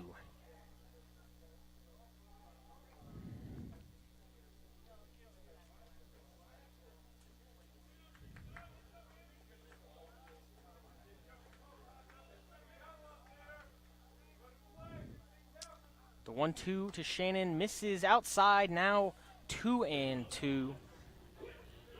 Shannon with the runner in scoring position, looking for his 3rd RBI of the year.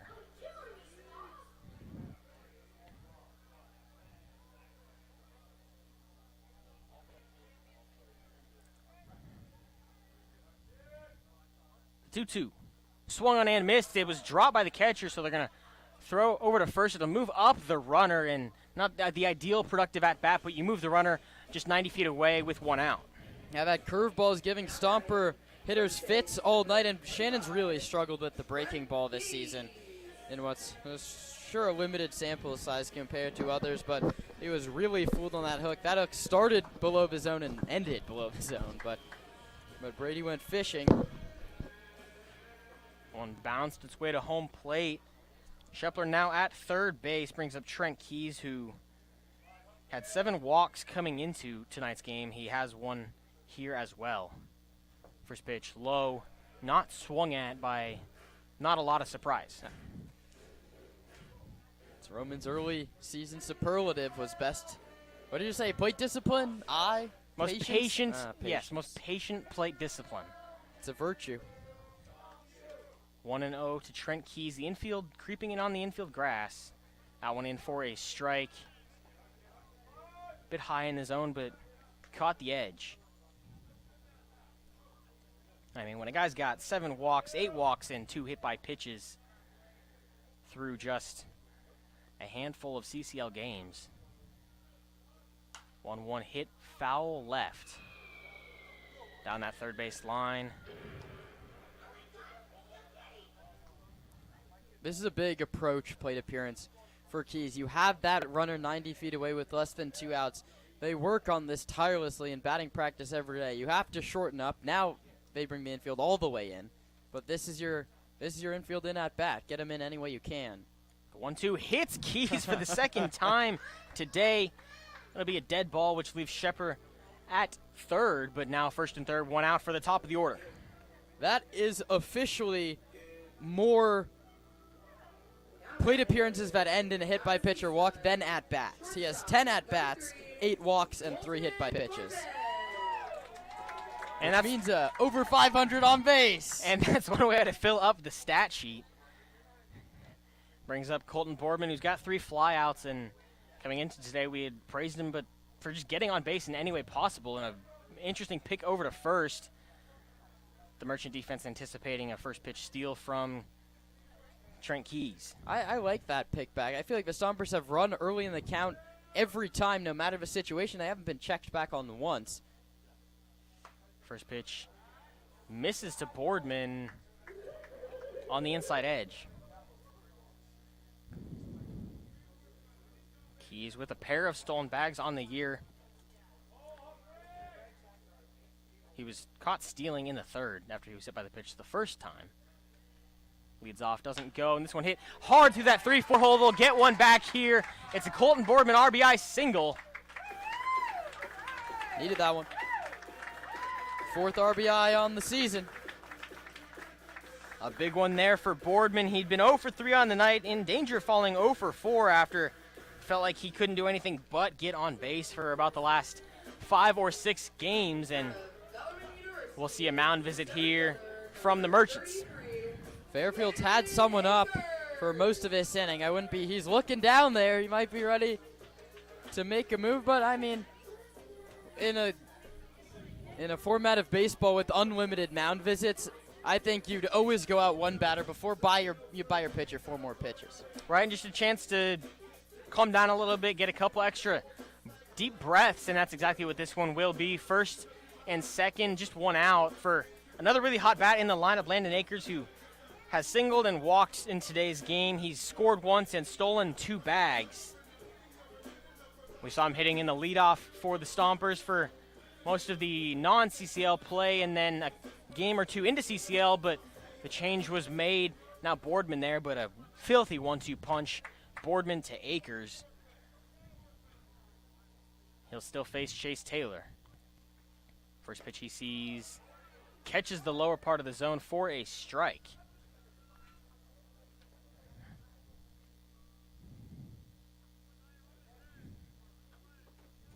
Taylor had 0-1 following the mound visit.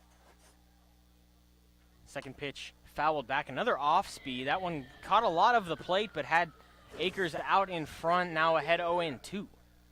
Yeah, that's the curveball, and that one caught the zone. That's one Akers was probably thinking about when he stepped out there. But again, it's really tough to pick up, especially coming that slowly. Akers got a battle 0-2, misses outside. Runners will not advance. A nice snag from Mendoza.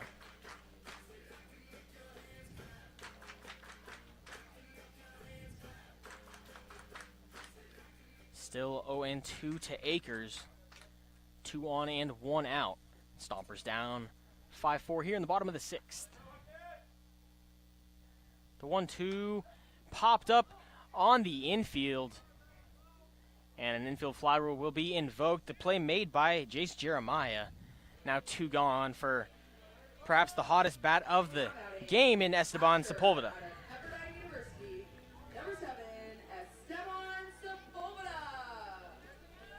And now it's time for a change. And they'll make a change. We'll head to break. When we come back, 2 on and 2 out here in the bottom of the 6th.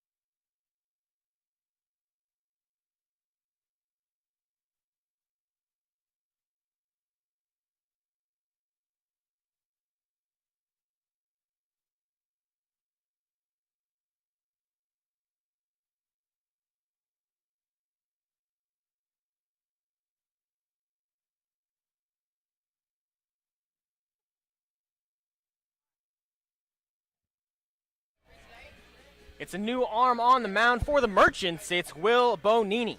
Yeah, Bonini out of San Mateo, a CSM guy, played there last year, 6'5", 215 pounds. He's made 2 appearances and pitched 5.2, 1 hit, no run innings. He does have a save. This isn't a safe situation. He has to work out of a little bit of trouble. He'll face Esteban Sepulva, and first pitch ranging towards the face of Sepulva, who is 2 for 3 on the day. He grounded out in the first and has a pair of doubles since. He's been part of half the Stomper run, scored 1, drove 1 in. Would love to be part of at least a couple more here in this 6th. Runners on first and second. It's Keys on second and Boardman on first. The 1-0. Hit high and deep to left. He'll watch it fly and flip the bat. It's a 3-run bomb from Esteban Sepulva. I don't know who wears number 7, but he's not getting it back. In his first game wearing the lucky 7, he's got 3 extra base hits and now 5 RBI. What a night for the catcher here in Sonoma. 3-run bomb, Sepulva, and he gets up, fired up with Nick Sebastiani. He's loving it, as is the dugout. He got all of that one, 340 feet, but a towering shot. No question about that one. That's a definition of a no-doubter. The Stompers give up 3 in the top of the 6th. They get 4 back in the bottom. They've got themselves another 2-run lead with McCann Libby at the plate.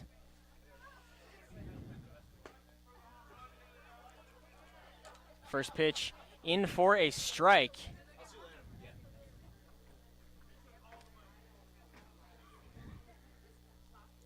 That'll close the line on Taylor. We'll give you that in just a moment, but Bonini, not the ideal start to his outing. The 0-1 to Libby, catches the plate, now 0-2. 2 innings, 2 hits, 4 runs, all earned. 2 hit batsman, 1 walk, and 2 Ks. Bonini comes set just below the belt. Delivers to Libby, chopped towards the second baseman. Latimer, he'll toss to first in time to get Libby. So 3 come across to score for the Stompers, and 4 in the inning. 3 courtesy of a 3-run shot from Esteban Sepulva. We'll head to the 7th inning. Kieran Costa taking back over on play-by-play.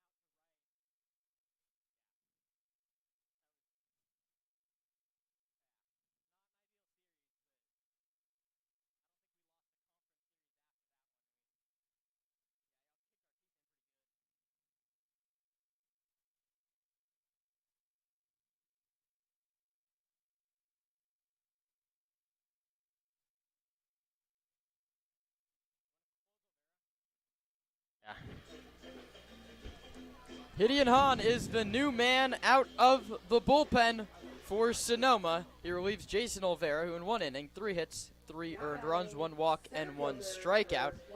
And Zach Pace turns to Hahn now with the Stompers leading 7-5. And Dominic Nahar digs in for his 3rd trip. Hahn making his first league pitching appearance, and his fastball's 85, a little harder than we saw in his out-of-league appearance, and that one is low, 1-0. Hahn drops down from the side and delivers. That's bounced weakly towards second base. Libby fields and throws just in time to get the speedy Dominic Nahar, but put out goes 4-3. There's 1 away.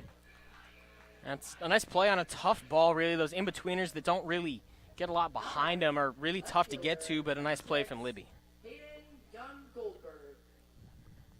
On a right-handed pitcher out of Seoul, South Korea. That's where he's going to head back to about halfway through this summer. He's played the last 2 seasons at Los Medanos. He delivers. This one's grounded to third. Shepler on the backhand. Nice play. Throws across the diamond. Past Trent Keys. And heading to second base now is Hayden Young Goldberg on an E5. That's a nice play by Shepler to pick the backhand. Ate him up a little bit, playing even with the bag at third. And Keys, who's played really nice first base so far. That's a second one. If you ask him after the game, he said, I probably should have picked that one and saved my third baseman an error. And that's really tough on both ends. I mean, a tough pick from Shepler. He fielded it with ease, was super smooth across, but then just probably aimed the throw a little bit, got out in front of the motion and spiked it.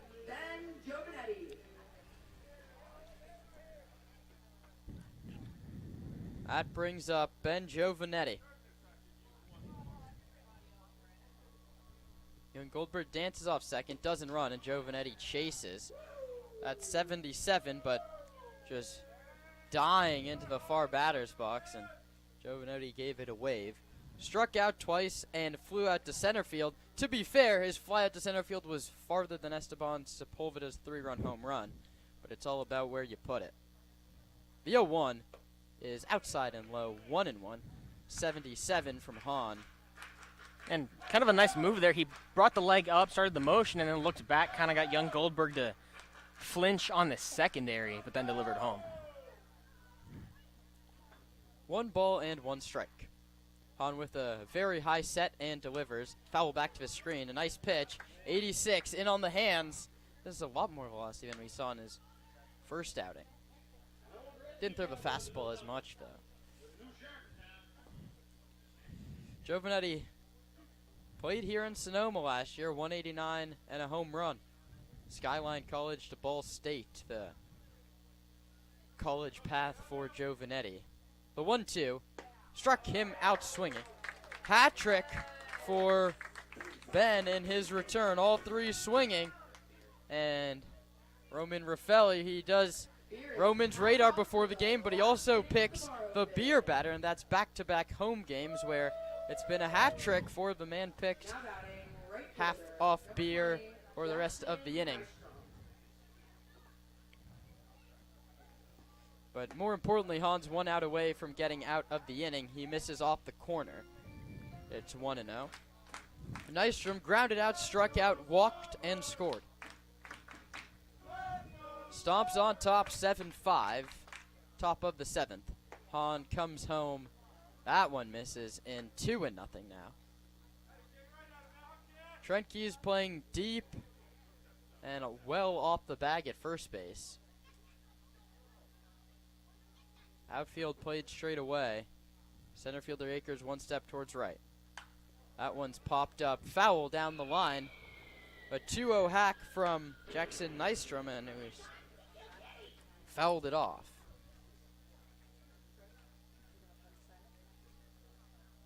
Two balls and 1 strike. Hahn stares into Sepulveda to get his sign, and Sepulveda's defensive acumen tonight is going to be overshadowed. He's going to have a chance for a caught stealing. His throw is not in time, to the shock of Anthony Schepler at third base. And Sepulveda almost added a nice defensive play to what's been an outstanding offensive night.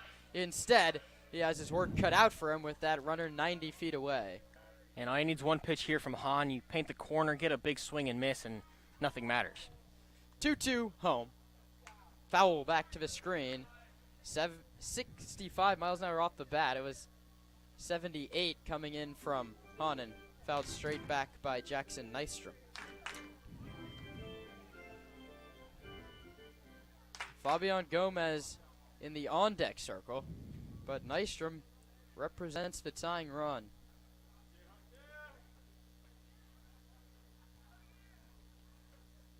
Deuce is wild, 2 balls, 2 strikes, 2 outs, and that one's popped foul. The battle continues.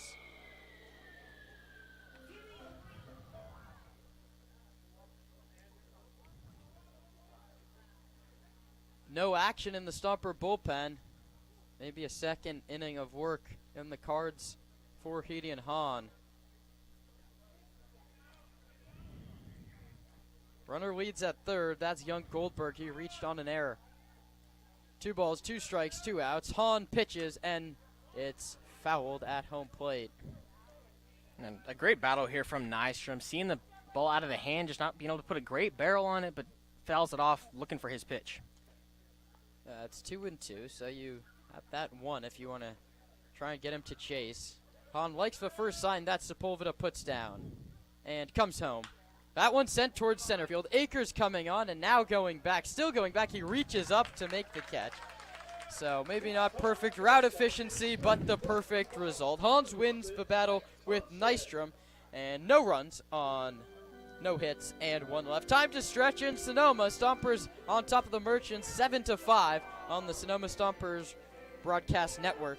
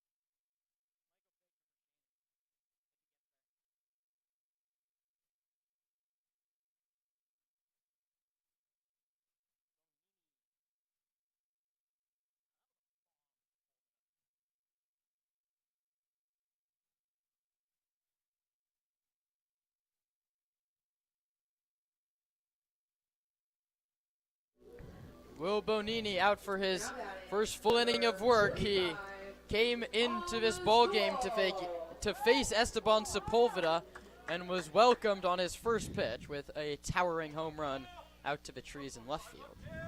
He now faces Paul Azul, Nick Sebastiani, and Anthony Shepler. Called strike one from Bonini, 84 over the outer corner. Lazul 0 for 3, a couple pop outs and a ground out for the left-handed hitting first baseman out of Monterey Bay Peninsula, beg your pardon. DH duties today. He takes away the counts 1-1. A big 4-run 6th inning for Sonoma, on their way for their first comeback victory of the campaign. 1-1 coming from Bonini to Lazul. Right on left, Paul takes inside and high. No action in either bullpen. Maybe a little bit of stretching down the left field line for Alameda, but Hyun Han, the assumptions he's going to go another frame. 2-1 coming to Lazul. Bonini misses well away, 3-1. And Han wasn't terribly efficient. He threw a number of pitches in that top half, but we could even see him be a guy who tries to go for an extended save here, save the Stompers some arms after a lengthier bullpen night last night and 3 games ahead of you. Yeah, Stompers were banking on a new arm pitching. League rules say you have to sign a contract 24 hours before taking the field. So I assume we'll see him tomorrow, and then Sonoma fans will remember Max Handren. You wouldn't be surprised if he's in the lineup every single day and hopefully picked up by a bigger club coming up. 3-2 coming. A good battle between Bonini and Lazul. Payoff is inside ball 4.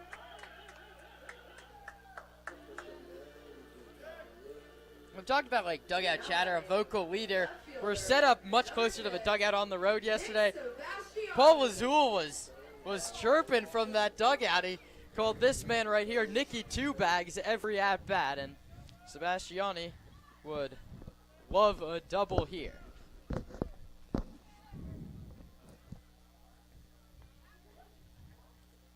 He grounds this one to short, could be 2, but flip to second for 1. The relay is not in time.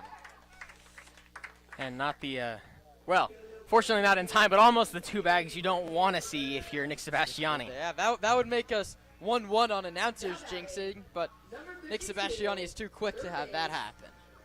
Not a very hard-hit baseball, and definitely not a hard-hit baseball on Arnold field grass.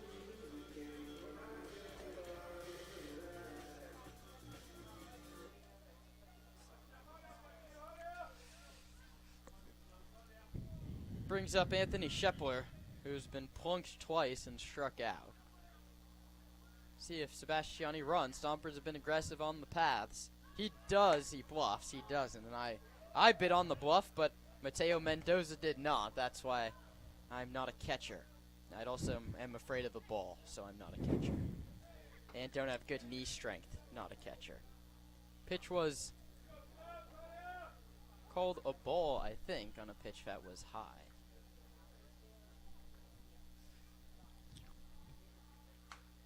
That one's fouled back to the screen from Shepler, and I think the count's 0-2, says Roman Raffelli. We'll see what Gary Frieder says, and he lets us know it's no balls and 2 strikes.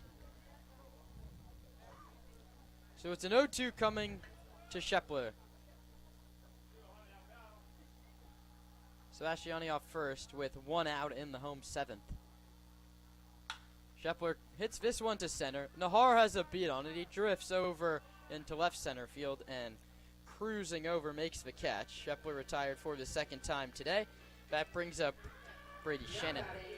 Right fielder, number 37, Brady Shannon. Shannon, a right-handed hitter, plays his college ball at Youngstown State and has the Youngstown State Penguin sticker on his helmet, and it's like I think it's one of their winter ones, a penguin in like a Christmas hat. It's fun.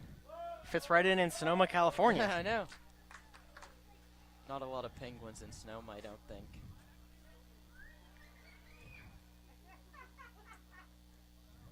Pitch to Shannon. He swings first pitch and hits it foul. Lazul walked. Sebastiani bounced into a fielder's choice, and Shepler flew out. So runner at first, 2 down. Stompers up 7-5 on the Merchants, looking for their first victory over Alameda this season. Took the season series last year. The 0-1. Shannon bounces it foul back to the screen. Around the league, there's only one other game in action in the CCL North, and the Slow Blues have beaten or are up on the San Francisco Seagulls 11-0, and the lack of pitching is just crushing San Francisco right now, and you're digging yourself a hole that's going to be tough to dig out of. 0-2 coming here in Sonoma, and that's a called strike 3 over the outside corner. Shannon gonna looking. Bonini works around a lead-off walk. We head to the 8th with Sonoma on top of Alameda 7-5.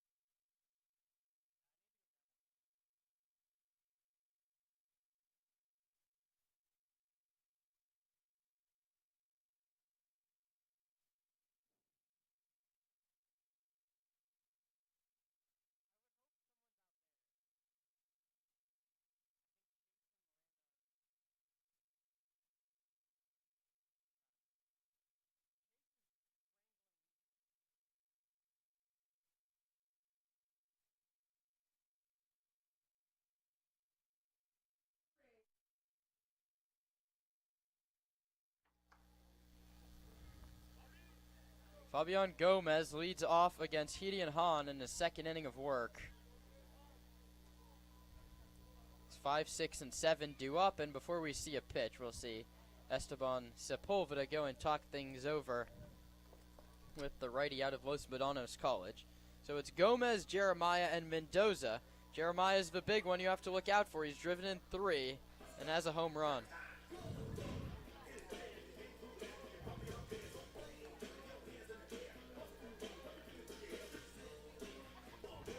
Lefty in Gomez, and then the righties, Jeremiah and Mendoza. Hahn's first pitch is over but low at 84. 1 ball and no strike. Stompers start a weekend series against the Menlo Park Legends tomorrow at 6:05. As Hahn induces a weak ground ball to first base. Keys gloves it and takes it himself. Nice play by Trent. There's one away. That's a 5:50 pregame show here on the broadcast network. If you can't make it out to the ballpark, but Friday is always a fun one at Arnold Field. You can grab tickets on our website. That's sonomastompers.com, or give us a call. Get tickets that way. Just come to the box office, and there'll be tickets for you there.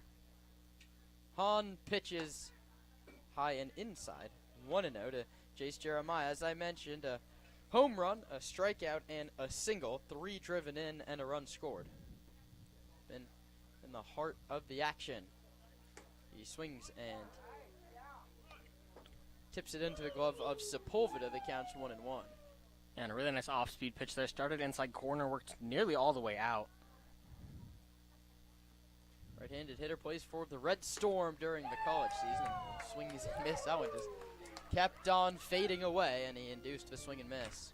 And a nice sequence there. You start with the fastball, and then you go slider, inside to out, and then middle to out. Really tough to pick up. 1-2 from Hahn. Tried it again. Sepulveda couldn't squeeze it, but it missed outside anyway. The count's 2-2.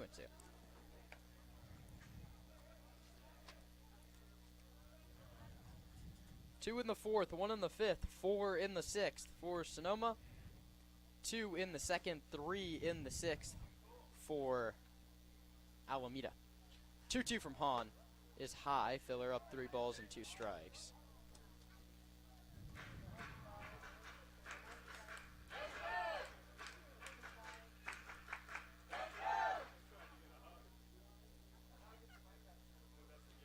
Hahn to Jeremiah. Payoff on the way. Inside ball 4.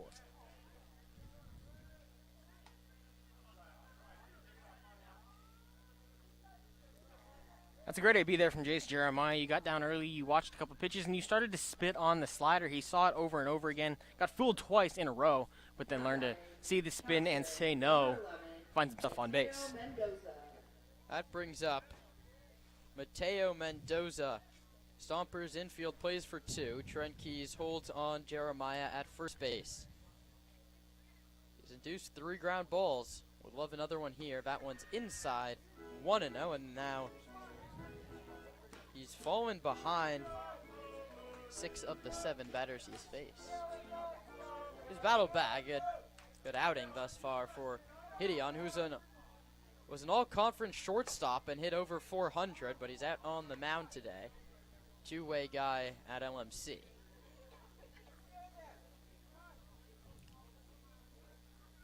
He's behind 2-0 to Mateo Mendoza. A check on first base, and he almost got him. A very nice move from a righty through to his Los Medanos teammate Trent Keys, but the tag was just a little bit late.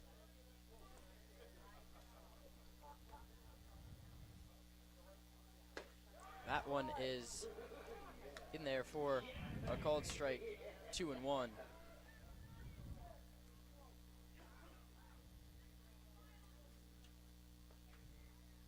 Two balls and 1 strike coming to Mendoza. Another check on him and another close play. Dean Poteet says Jeremiah's right hand has been just under Keys' tag now a couple times.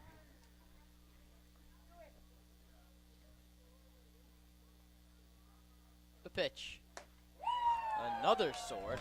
Mendoza, that's a couple times today that we've seen an ugly swing. To his credit, he's sandwiched those with a double and a line drive to right field where Brady Shannon threw out Jace Jeremiah at the plate with a nice 40-yard spiral. Another check on first base, and he's safe once more. And I believe Jeremiah's shortened the lead a little bit after the first one, because I think that was probably the closest pick over, but still great pressure applied by Hahn. Hahn comes home with this one. That's lined into left center field, but Colton Boardman takes a hit away. Have yourself a day at shortstop, Mr. Boardman.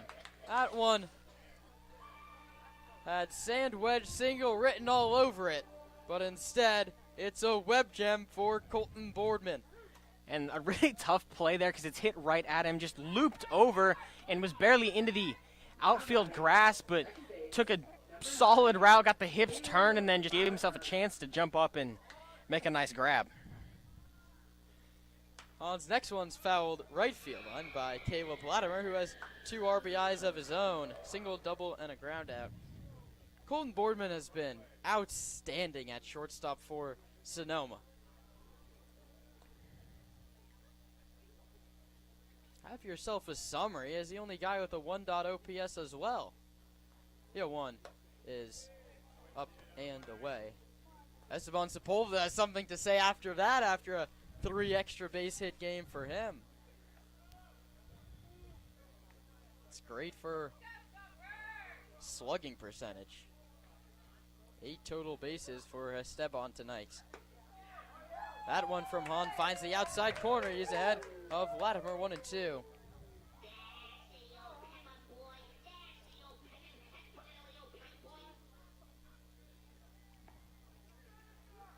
Action behind Hahn in the bullpen, but Base trusts him to get out of this inning. It might be with the pickoff, and that one gets past Keys. And to second base goes Jeremiah, but he's going to hold there, and that's an error on the pitcher, Hahn, and maybe one that was bound to happen if you keep on trying it. And I can respect to continue to, check over and make sure he's not stealing on you, but with 2 outs, I feel like you just got to focus on what's in front and get strikes. This late in the ball game, the 8th inning, you just have to focus on the hitter. 2-run cushion, and that's low and outside.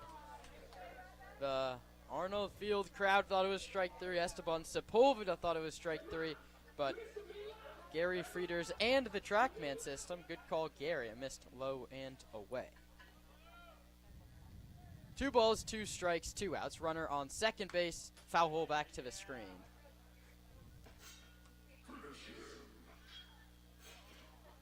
On looking to work 2 no-hit innings out of the bullpen, and if results hold, it would be a hold for him, for those that like to count that stat. I see what you did there. 2-2. Foul back to the screen again. Credit Caleb Latimer's working a great at-bat, and an at-bat that hasn't been smooth. There's been 4 attempted pickoffs to first base, and the 4th one finally got away, and that's how Jace Jeremiah's at second base. And Latimer here working to increase the pitch count and force a new arm in the 9th. 7th pitch of the AB coming. That one's hit towards left center field. Sebastiani is ranging over, and it's the left fielder who makes the call and the catch. 2 no-hit innings from Gideon Hahn out of the bullpen. Stompers coming up in the bottom of the 8th, leading the Merchants 7-5 on the Sonoma Stompers broadcast network.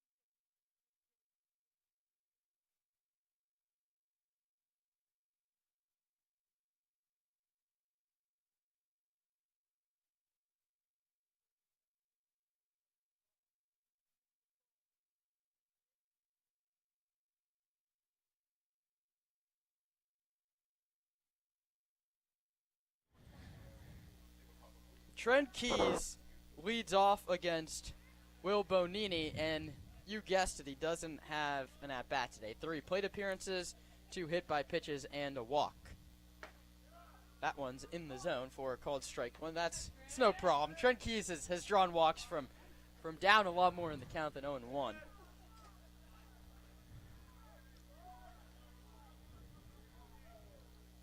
Keys and Sepulva, the only 2 Stompers to reach base 3 times so far, but in very different fashions. Keys, as I mentioned, 2 hit by pitches and a walk. Sepulveda 2 doubles and a towering 3-run blast. And now it's going to be tough to draw that walk from behind 0-2. Righty on lefty, Will Bonini and Trent Keys. 0-2 home. Inside. Good eye, 1-2. That's a nice take. Keys a little bit close to the plate, and he's got a longer swing. He's a taller guy, so you really can't offer at that and risk getting jammed up and just an easy ground ball.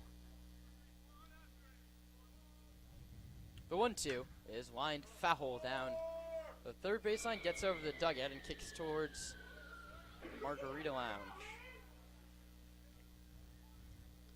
Merchants heavy early in the schedule. It's going to be a while before they meet up again July 2nd, the next matchup.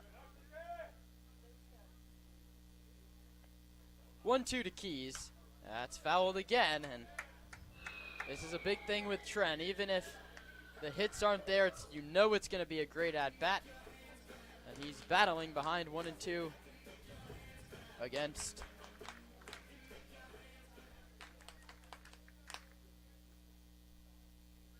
Bonini. The right-hander comes set. Stares in to Mendoza, get the sign, and misses upstairs. Keys ready to see pitch number 7 now. Top of the order, Boardman and Akers on deck. Stompers looking to add to what's right now a 2-run cushion. The pitch is high, 3-2. And I think if the Stompers win this game, right, your player of the game has to be Sepulva, but Trent Keys, no matter what happens here, is going to have 4 Qs next to his name on Zach Pace's score sheet, and he swings and misses. Late on a fastball at 86. Is that an absolute jinx? You want to tie up the score 1-1 today? I think it's fair to. I mean, he worked a good count, and ultimately we can rule it either way, but saying he's destined for 4 Qs and then a swing and a miss. Qs. That was a 8-pitch at bat, which gets you a Q. So bad. I didn't announce jinx that part. I mean, I just wanted him to get on base for a 4th time. That's the 2nd strikeout for Bonini. And that's back to the top in Colton Boardman, who tries to square and put down a bunt, and it's down at home plate. I think it got a piece of Mendoza. Well, I hear they call him Crafty Colton. He's been getting on base a lot of different ways, playing a good shortstop. Why not put down a bunt? People call him that? You call him that, or other people call him that? People call him that. Who are people? You can call me. I was ready to give you credit for coming up with a good nickname, but I guess people will be credited for it. I don't need to take all the credit.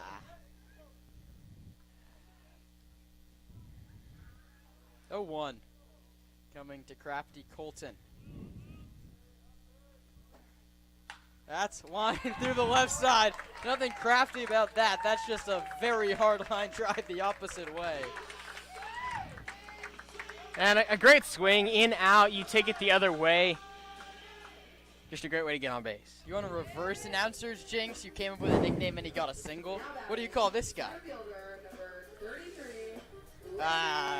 Took too long. It's just going to be Landon Akers, the center fielder. Gets his 5th chance. Boardman off first base. Held on by Gomez. Stompers would love that insurance run. He doesn't go. And a breaking ball is in there for a called strike 1 to Landon Akers. We try to bring a little bit of humor to the broadcast any chance we can. A nice mix of ball knowledge and X's and O's as well as the humor. We try our best. 0-1. There goes Boardman, and that's the 2nd time I've fallen for the bluff in 3 innings. That's why, yet again, we're proven why I'm up in the booth. I think it was called a ball that counts 1-1. I'd argue that's a pretty crafty play there from Boardman at first. Okay. Let's settle down on that one. I gave you your flowers as many times as I could. 1 ball, 1 strike, 1 out, 1 on, and Akers fouls it down the right field line. That counts 1-2. And barring a double play or a 9th inning rally, Esteban Sepulveda will get another chance at the dish. trying to add to a 4 RBI, 3 extra base hit night. Boardman off first. Bonini comes set, hasn't looked over. We'll see if Boardman runs. He does. No bluff that time, but he has to go back as it's fouled to the screen. That was the one time I had it right, and it's fouled back by Akers.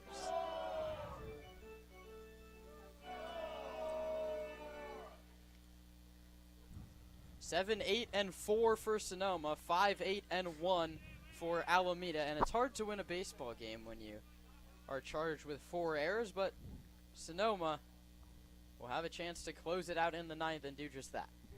Boardman not running, and Akers hits a ground ball back to Bonini. He spins and throws it wide up the bag, but a very nice play by Latimer, an athletic play, who stretched like a first baseman, and Boardman is erased. Akers replaces him at first. And here comes Esteban Sepulva. Yeah, not just to stretch like a first baseman and dive like an outfield. He got the toe on and had to lean all the way to the shortstop side of the bag to secure that out. Just to recap Sepulveda's day, it started before the game. He changed his number, he changed his walk-up song. Since then, he's grounded out, doubled twice, and hit a home run. And if there was a challenge system, might have a caught stealing as well. That one is high, 1-0. But with the pace these games go, thank goodness there is not. I don't think pace of play an issue in the CCL. Definitely not when Devin Laginto's on the mound, as Sepulveda's fooled there, 1-1. That's a very nice off-speed from Bonini. He started inside edge, but on the plate, and just fooled Sepulveda. Stompers 7, Merchants 5. Bottom of inning number 8. I'm Kieran Costa, joined by Roman Raffelli.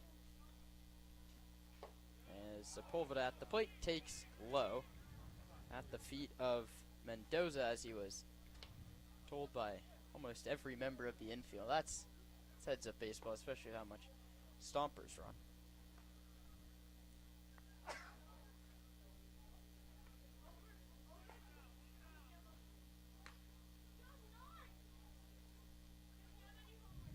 Righty on righty. Akers not running. Sepulveda takes outside 3 balls and 1 strike now, and bump the on base if he can take ball 4 here, or this is the guy you want up in account leverage. Big swing pitch coming from Bonini.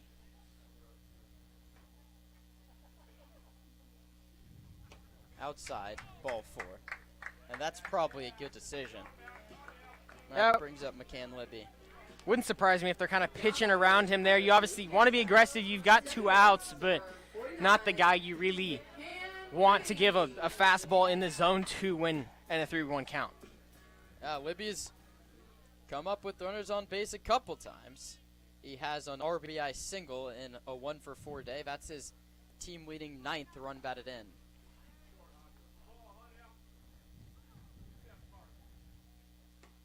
That one is low, 85 from the College of San Mateo. Already finished his 2 years, though. He's on the prowl for a 4-year school to pick him up.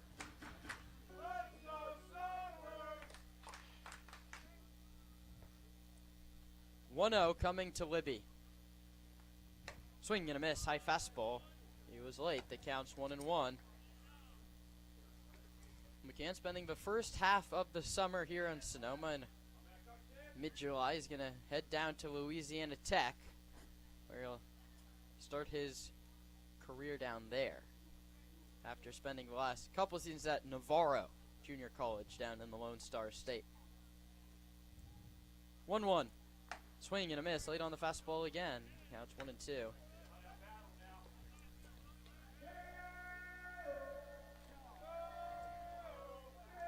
It's going to be 9-1-2 for Alameda in the 9th. The question is, how much of a rally will they need? 1 ball and 2 strikes. Bonini to Libby. Hole on the right side for the right-handed hitter. Outside. Went back to the fastball. Why wouldn't you? And that was the fastest of the sequence, 86. He's gone 85, 84, 86. It's mid-80s fastball.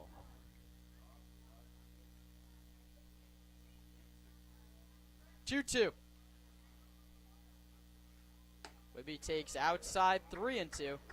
That one was 77. Took something off. You're trying to induce a swing. He didn't. And now the runners will be going. That's Akers off second and Sepulva off first.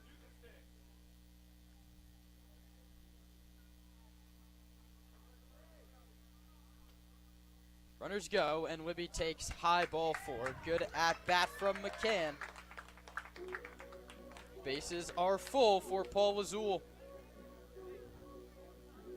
Now batting, number 45, Paul Azul. A chance to do some extra damage here. Tack on some more insurance. You've got 2, but obviously you want as much as you can get to secure your first victory against the Merchants. And just heading to the weekend, you've got a CCL series. You want to head in with a confidence boost, all cylinders firing, and just a big confident win here tonight. Bases loaded, 2 outs, and now Mateo Mendoza's job becomes very difficult. Nothing can get through him. Wazul swings first pitch, grounds it to first base. Gloved by Gomez, who takes it to the bag himself, and the inning is over. The Stompers don't score despite 2 hits and 2 walks. We head to the 9th.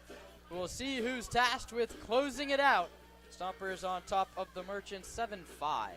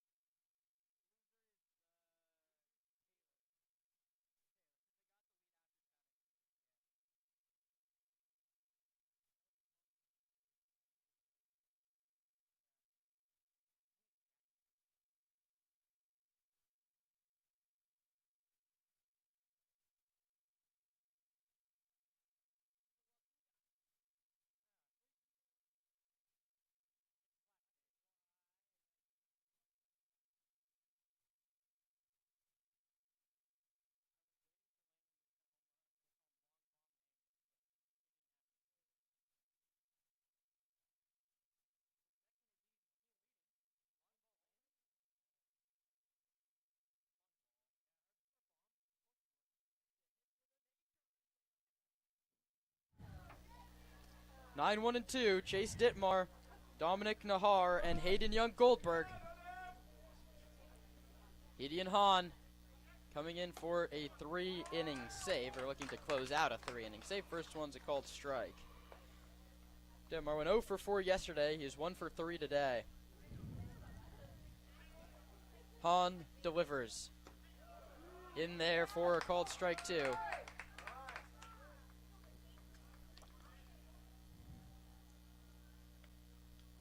Top of the lineup looming. You want that to be with nobody on base. And that's exactly what it will be. Gideon Hahn gets Chase Dittmar swinging. And that's a great pitch there. Just waved at that off-speed pitch. He slowed it down quite a bit, but catches the outside corner, had to swing at that, and just a really tough pitch to hit. 23, Dominic Nahar. 3 pitches to strike out Dittmar. Now it's time for Dominic Nahar. A very similar swing to Ditmar, just kind of waved at that one, tipped it back to Sepulva, but fouled back for strike one.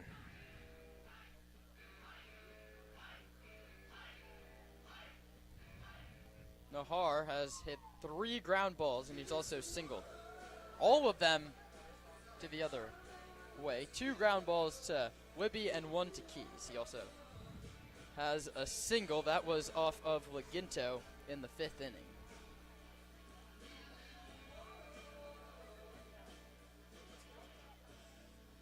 A meeting between Hahn and Sepulva is lasting a little too long for Gary Frieders, who's going to go and break it up as we cross into hour number 3.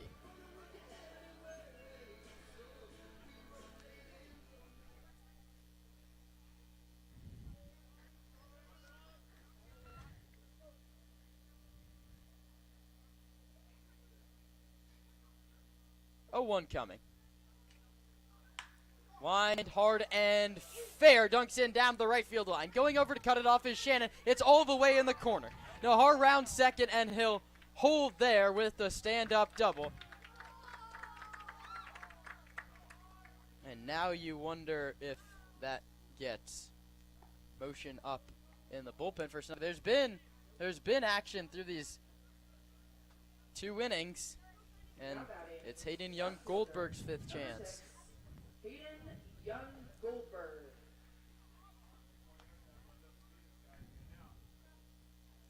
That runner at second base doesn't matter. It just makes it a 1-run game. You don't want to let him steal third base, but you're trading an out for him to get anywhere around the diamond. Young Goldberg struck out twice, grounded out, and reached on an error. Hasn't hit a ball out of the infield yet today. Hahn looking to finish out his 3rd inning of work and walk down a save. He takes too long, the opposite of what we saw from Laginto through the first 5. A strong outing from Devin. 2 earned. He'll get a no decision no matter how this 9th inning plays out. On the 3rd reliever to go, and time called again. Hahn and Sepulva can't get on the same page even after that lengthy meeting.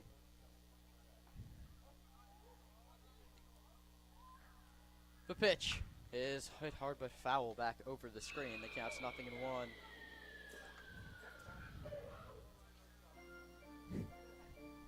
Alameda's won a couple of close games. They've won a 1-run game against the Stompers and a 2-run game against Sonoma.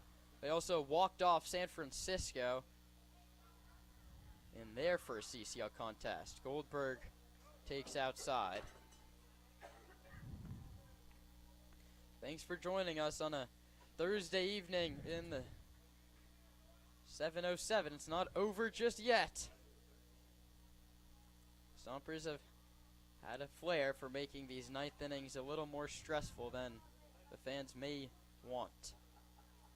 Hahn working righty on lefty against Young Goldberg. That one's outside, 2-1. And Zach Pace said the leash won't be long. I don't know how many more base runners Gideon Hahn has allotted for himself.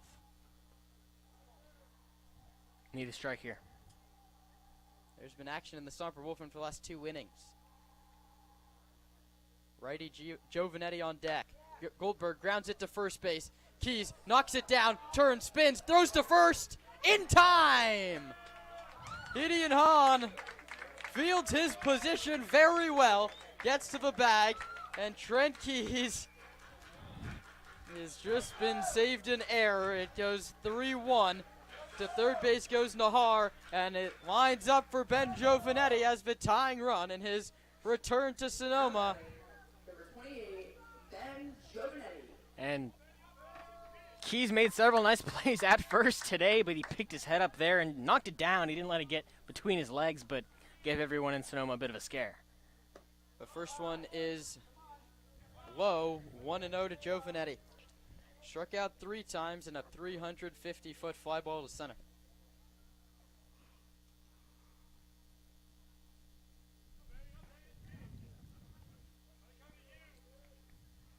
The 1-0. Outside, 2-0. Hitters count for Ben Giovanetti.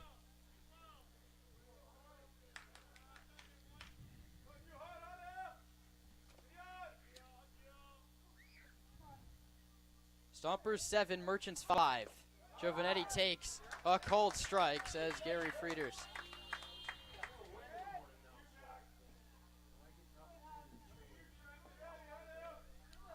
Two balls and one strike. Righty on righty, Hahn and Giovanetti with the ball game on the line in the 9th. Ben swings and misses, chased one. It's 2-2. That's a huge pitch there from Hahn. He went to his slider. It's been a good pitch, and even 50 in, he's still getting really good spin rate on that one, and it's tough to hit. 2 for 13 on the season for Giovanetti, who'd love to pick up a knock here. The pitch struck him out swinging. Gideon Hahn gets Ben Giovanetti, and the Stompers get a much-needed win over Alameda. Stompers win it 7-5, the final at home. That one's got to feel good. Your winning pitcher's Jason Olvera. The losing pitcher today is Chase Taylor. Gideon Hahn gets the save. Stompers win it 7-5, Roman, and for the first time this season, they do it in comeback fashion. And it was a great effort from the whole team. They continued to play small ball, find ways on bases, and then they waited for the big hits to come in. Tonight it was 3 of those from Esteban Sepulva. He had 2 doubles and a homer. They just played great team ball, and that's what you have to do. You can't force the long ball, the extra base hits. You got to wait for those to come, walk, get hit by pitches, and just play great team baseball, and that's exactly what they did. Yeah, and then the bullpen, or the back end of that bullpen, and Gideon Hahn, 3 shutout innings. That's big. It was huge for him, and Olvera wasn't the sharpest. He gets credited for the win, but the team didn't hang their head when they got back down through the middle innings. They hung around. They continued to believe in their abilities, because just because you're down doesn't mean you can't come back. They did exactly that here, and that's a big win that gets you a couple milestones. You're back over 500 in CCL play, but then you also get a win against the Merchants. You're at 500 in CCL play. You get a win against the Merchants. You head into a Menlo Park series that is a big one and a chance to just play good ball through the weekend. Big one coming. A 3-game, maybe a 4-game set. We don't have Sunday's scheduled just yet, but what you need to know is it's Friday night here and Saturday night here against Menlo Park. That's a couple big ones. That's maybe a 3rd and a 4th coming up against Menlo Park. But that's all we have on the post-game wrap today. Stompers win it 7-5, 7-8-4, beats 5-9-1. The Stompers get their first one against Alameda on the season. Winning pitcher, Jason Olvera. Losing pitcher, Chase Taylor. The save to Gideon Hahn. Esteban Sepulva, the hero on the offensive side. And that wraps up our coverage here from Arnold Field in Sonoma. Thanks for tuning in and spending your Thursday evening along with Roman and myself. For everyone that helps make this broadcast run, and my broadcast partner, Roman Raffelli, the Stompers back to 500. They look to get above 500. 6:05 tomorrow, pregame at 5:50, right back here. But for now, I'm Kieran Costa saying so long from Sonoma.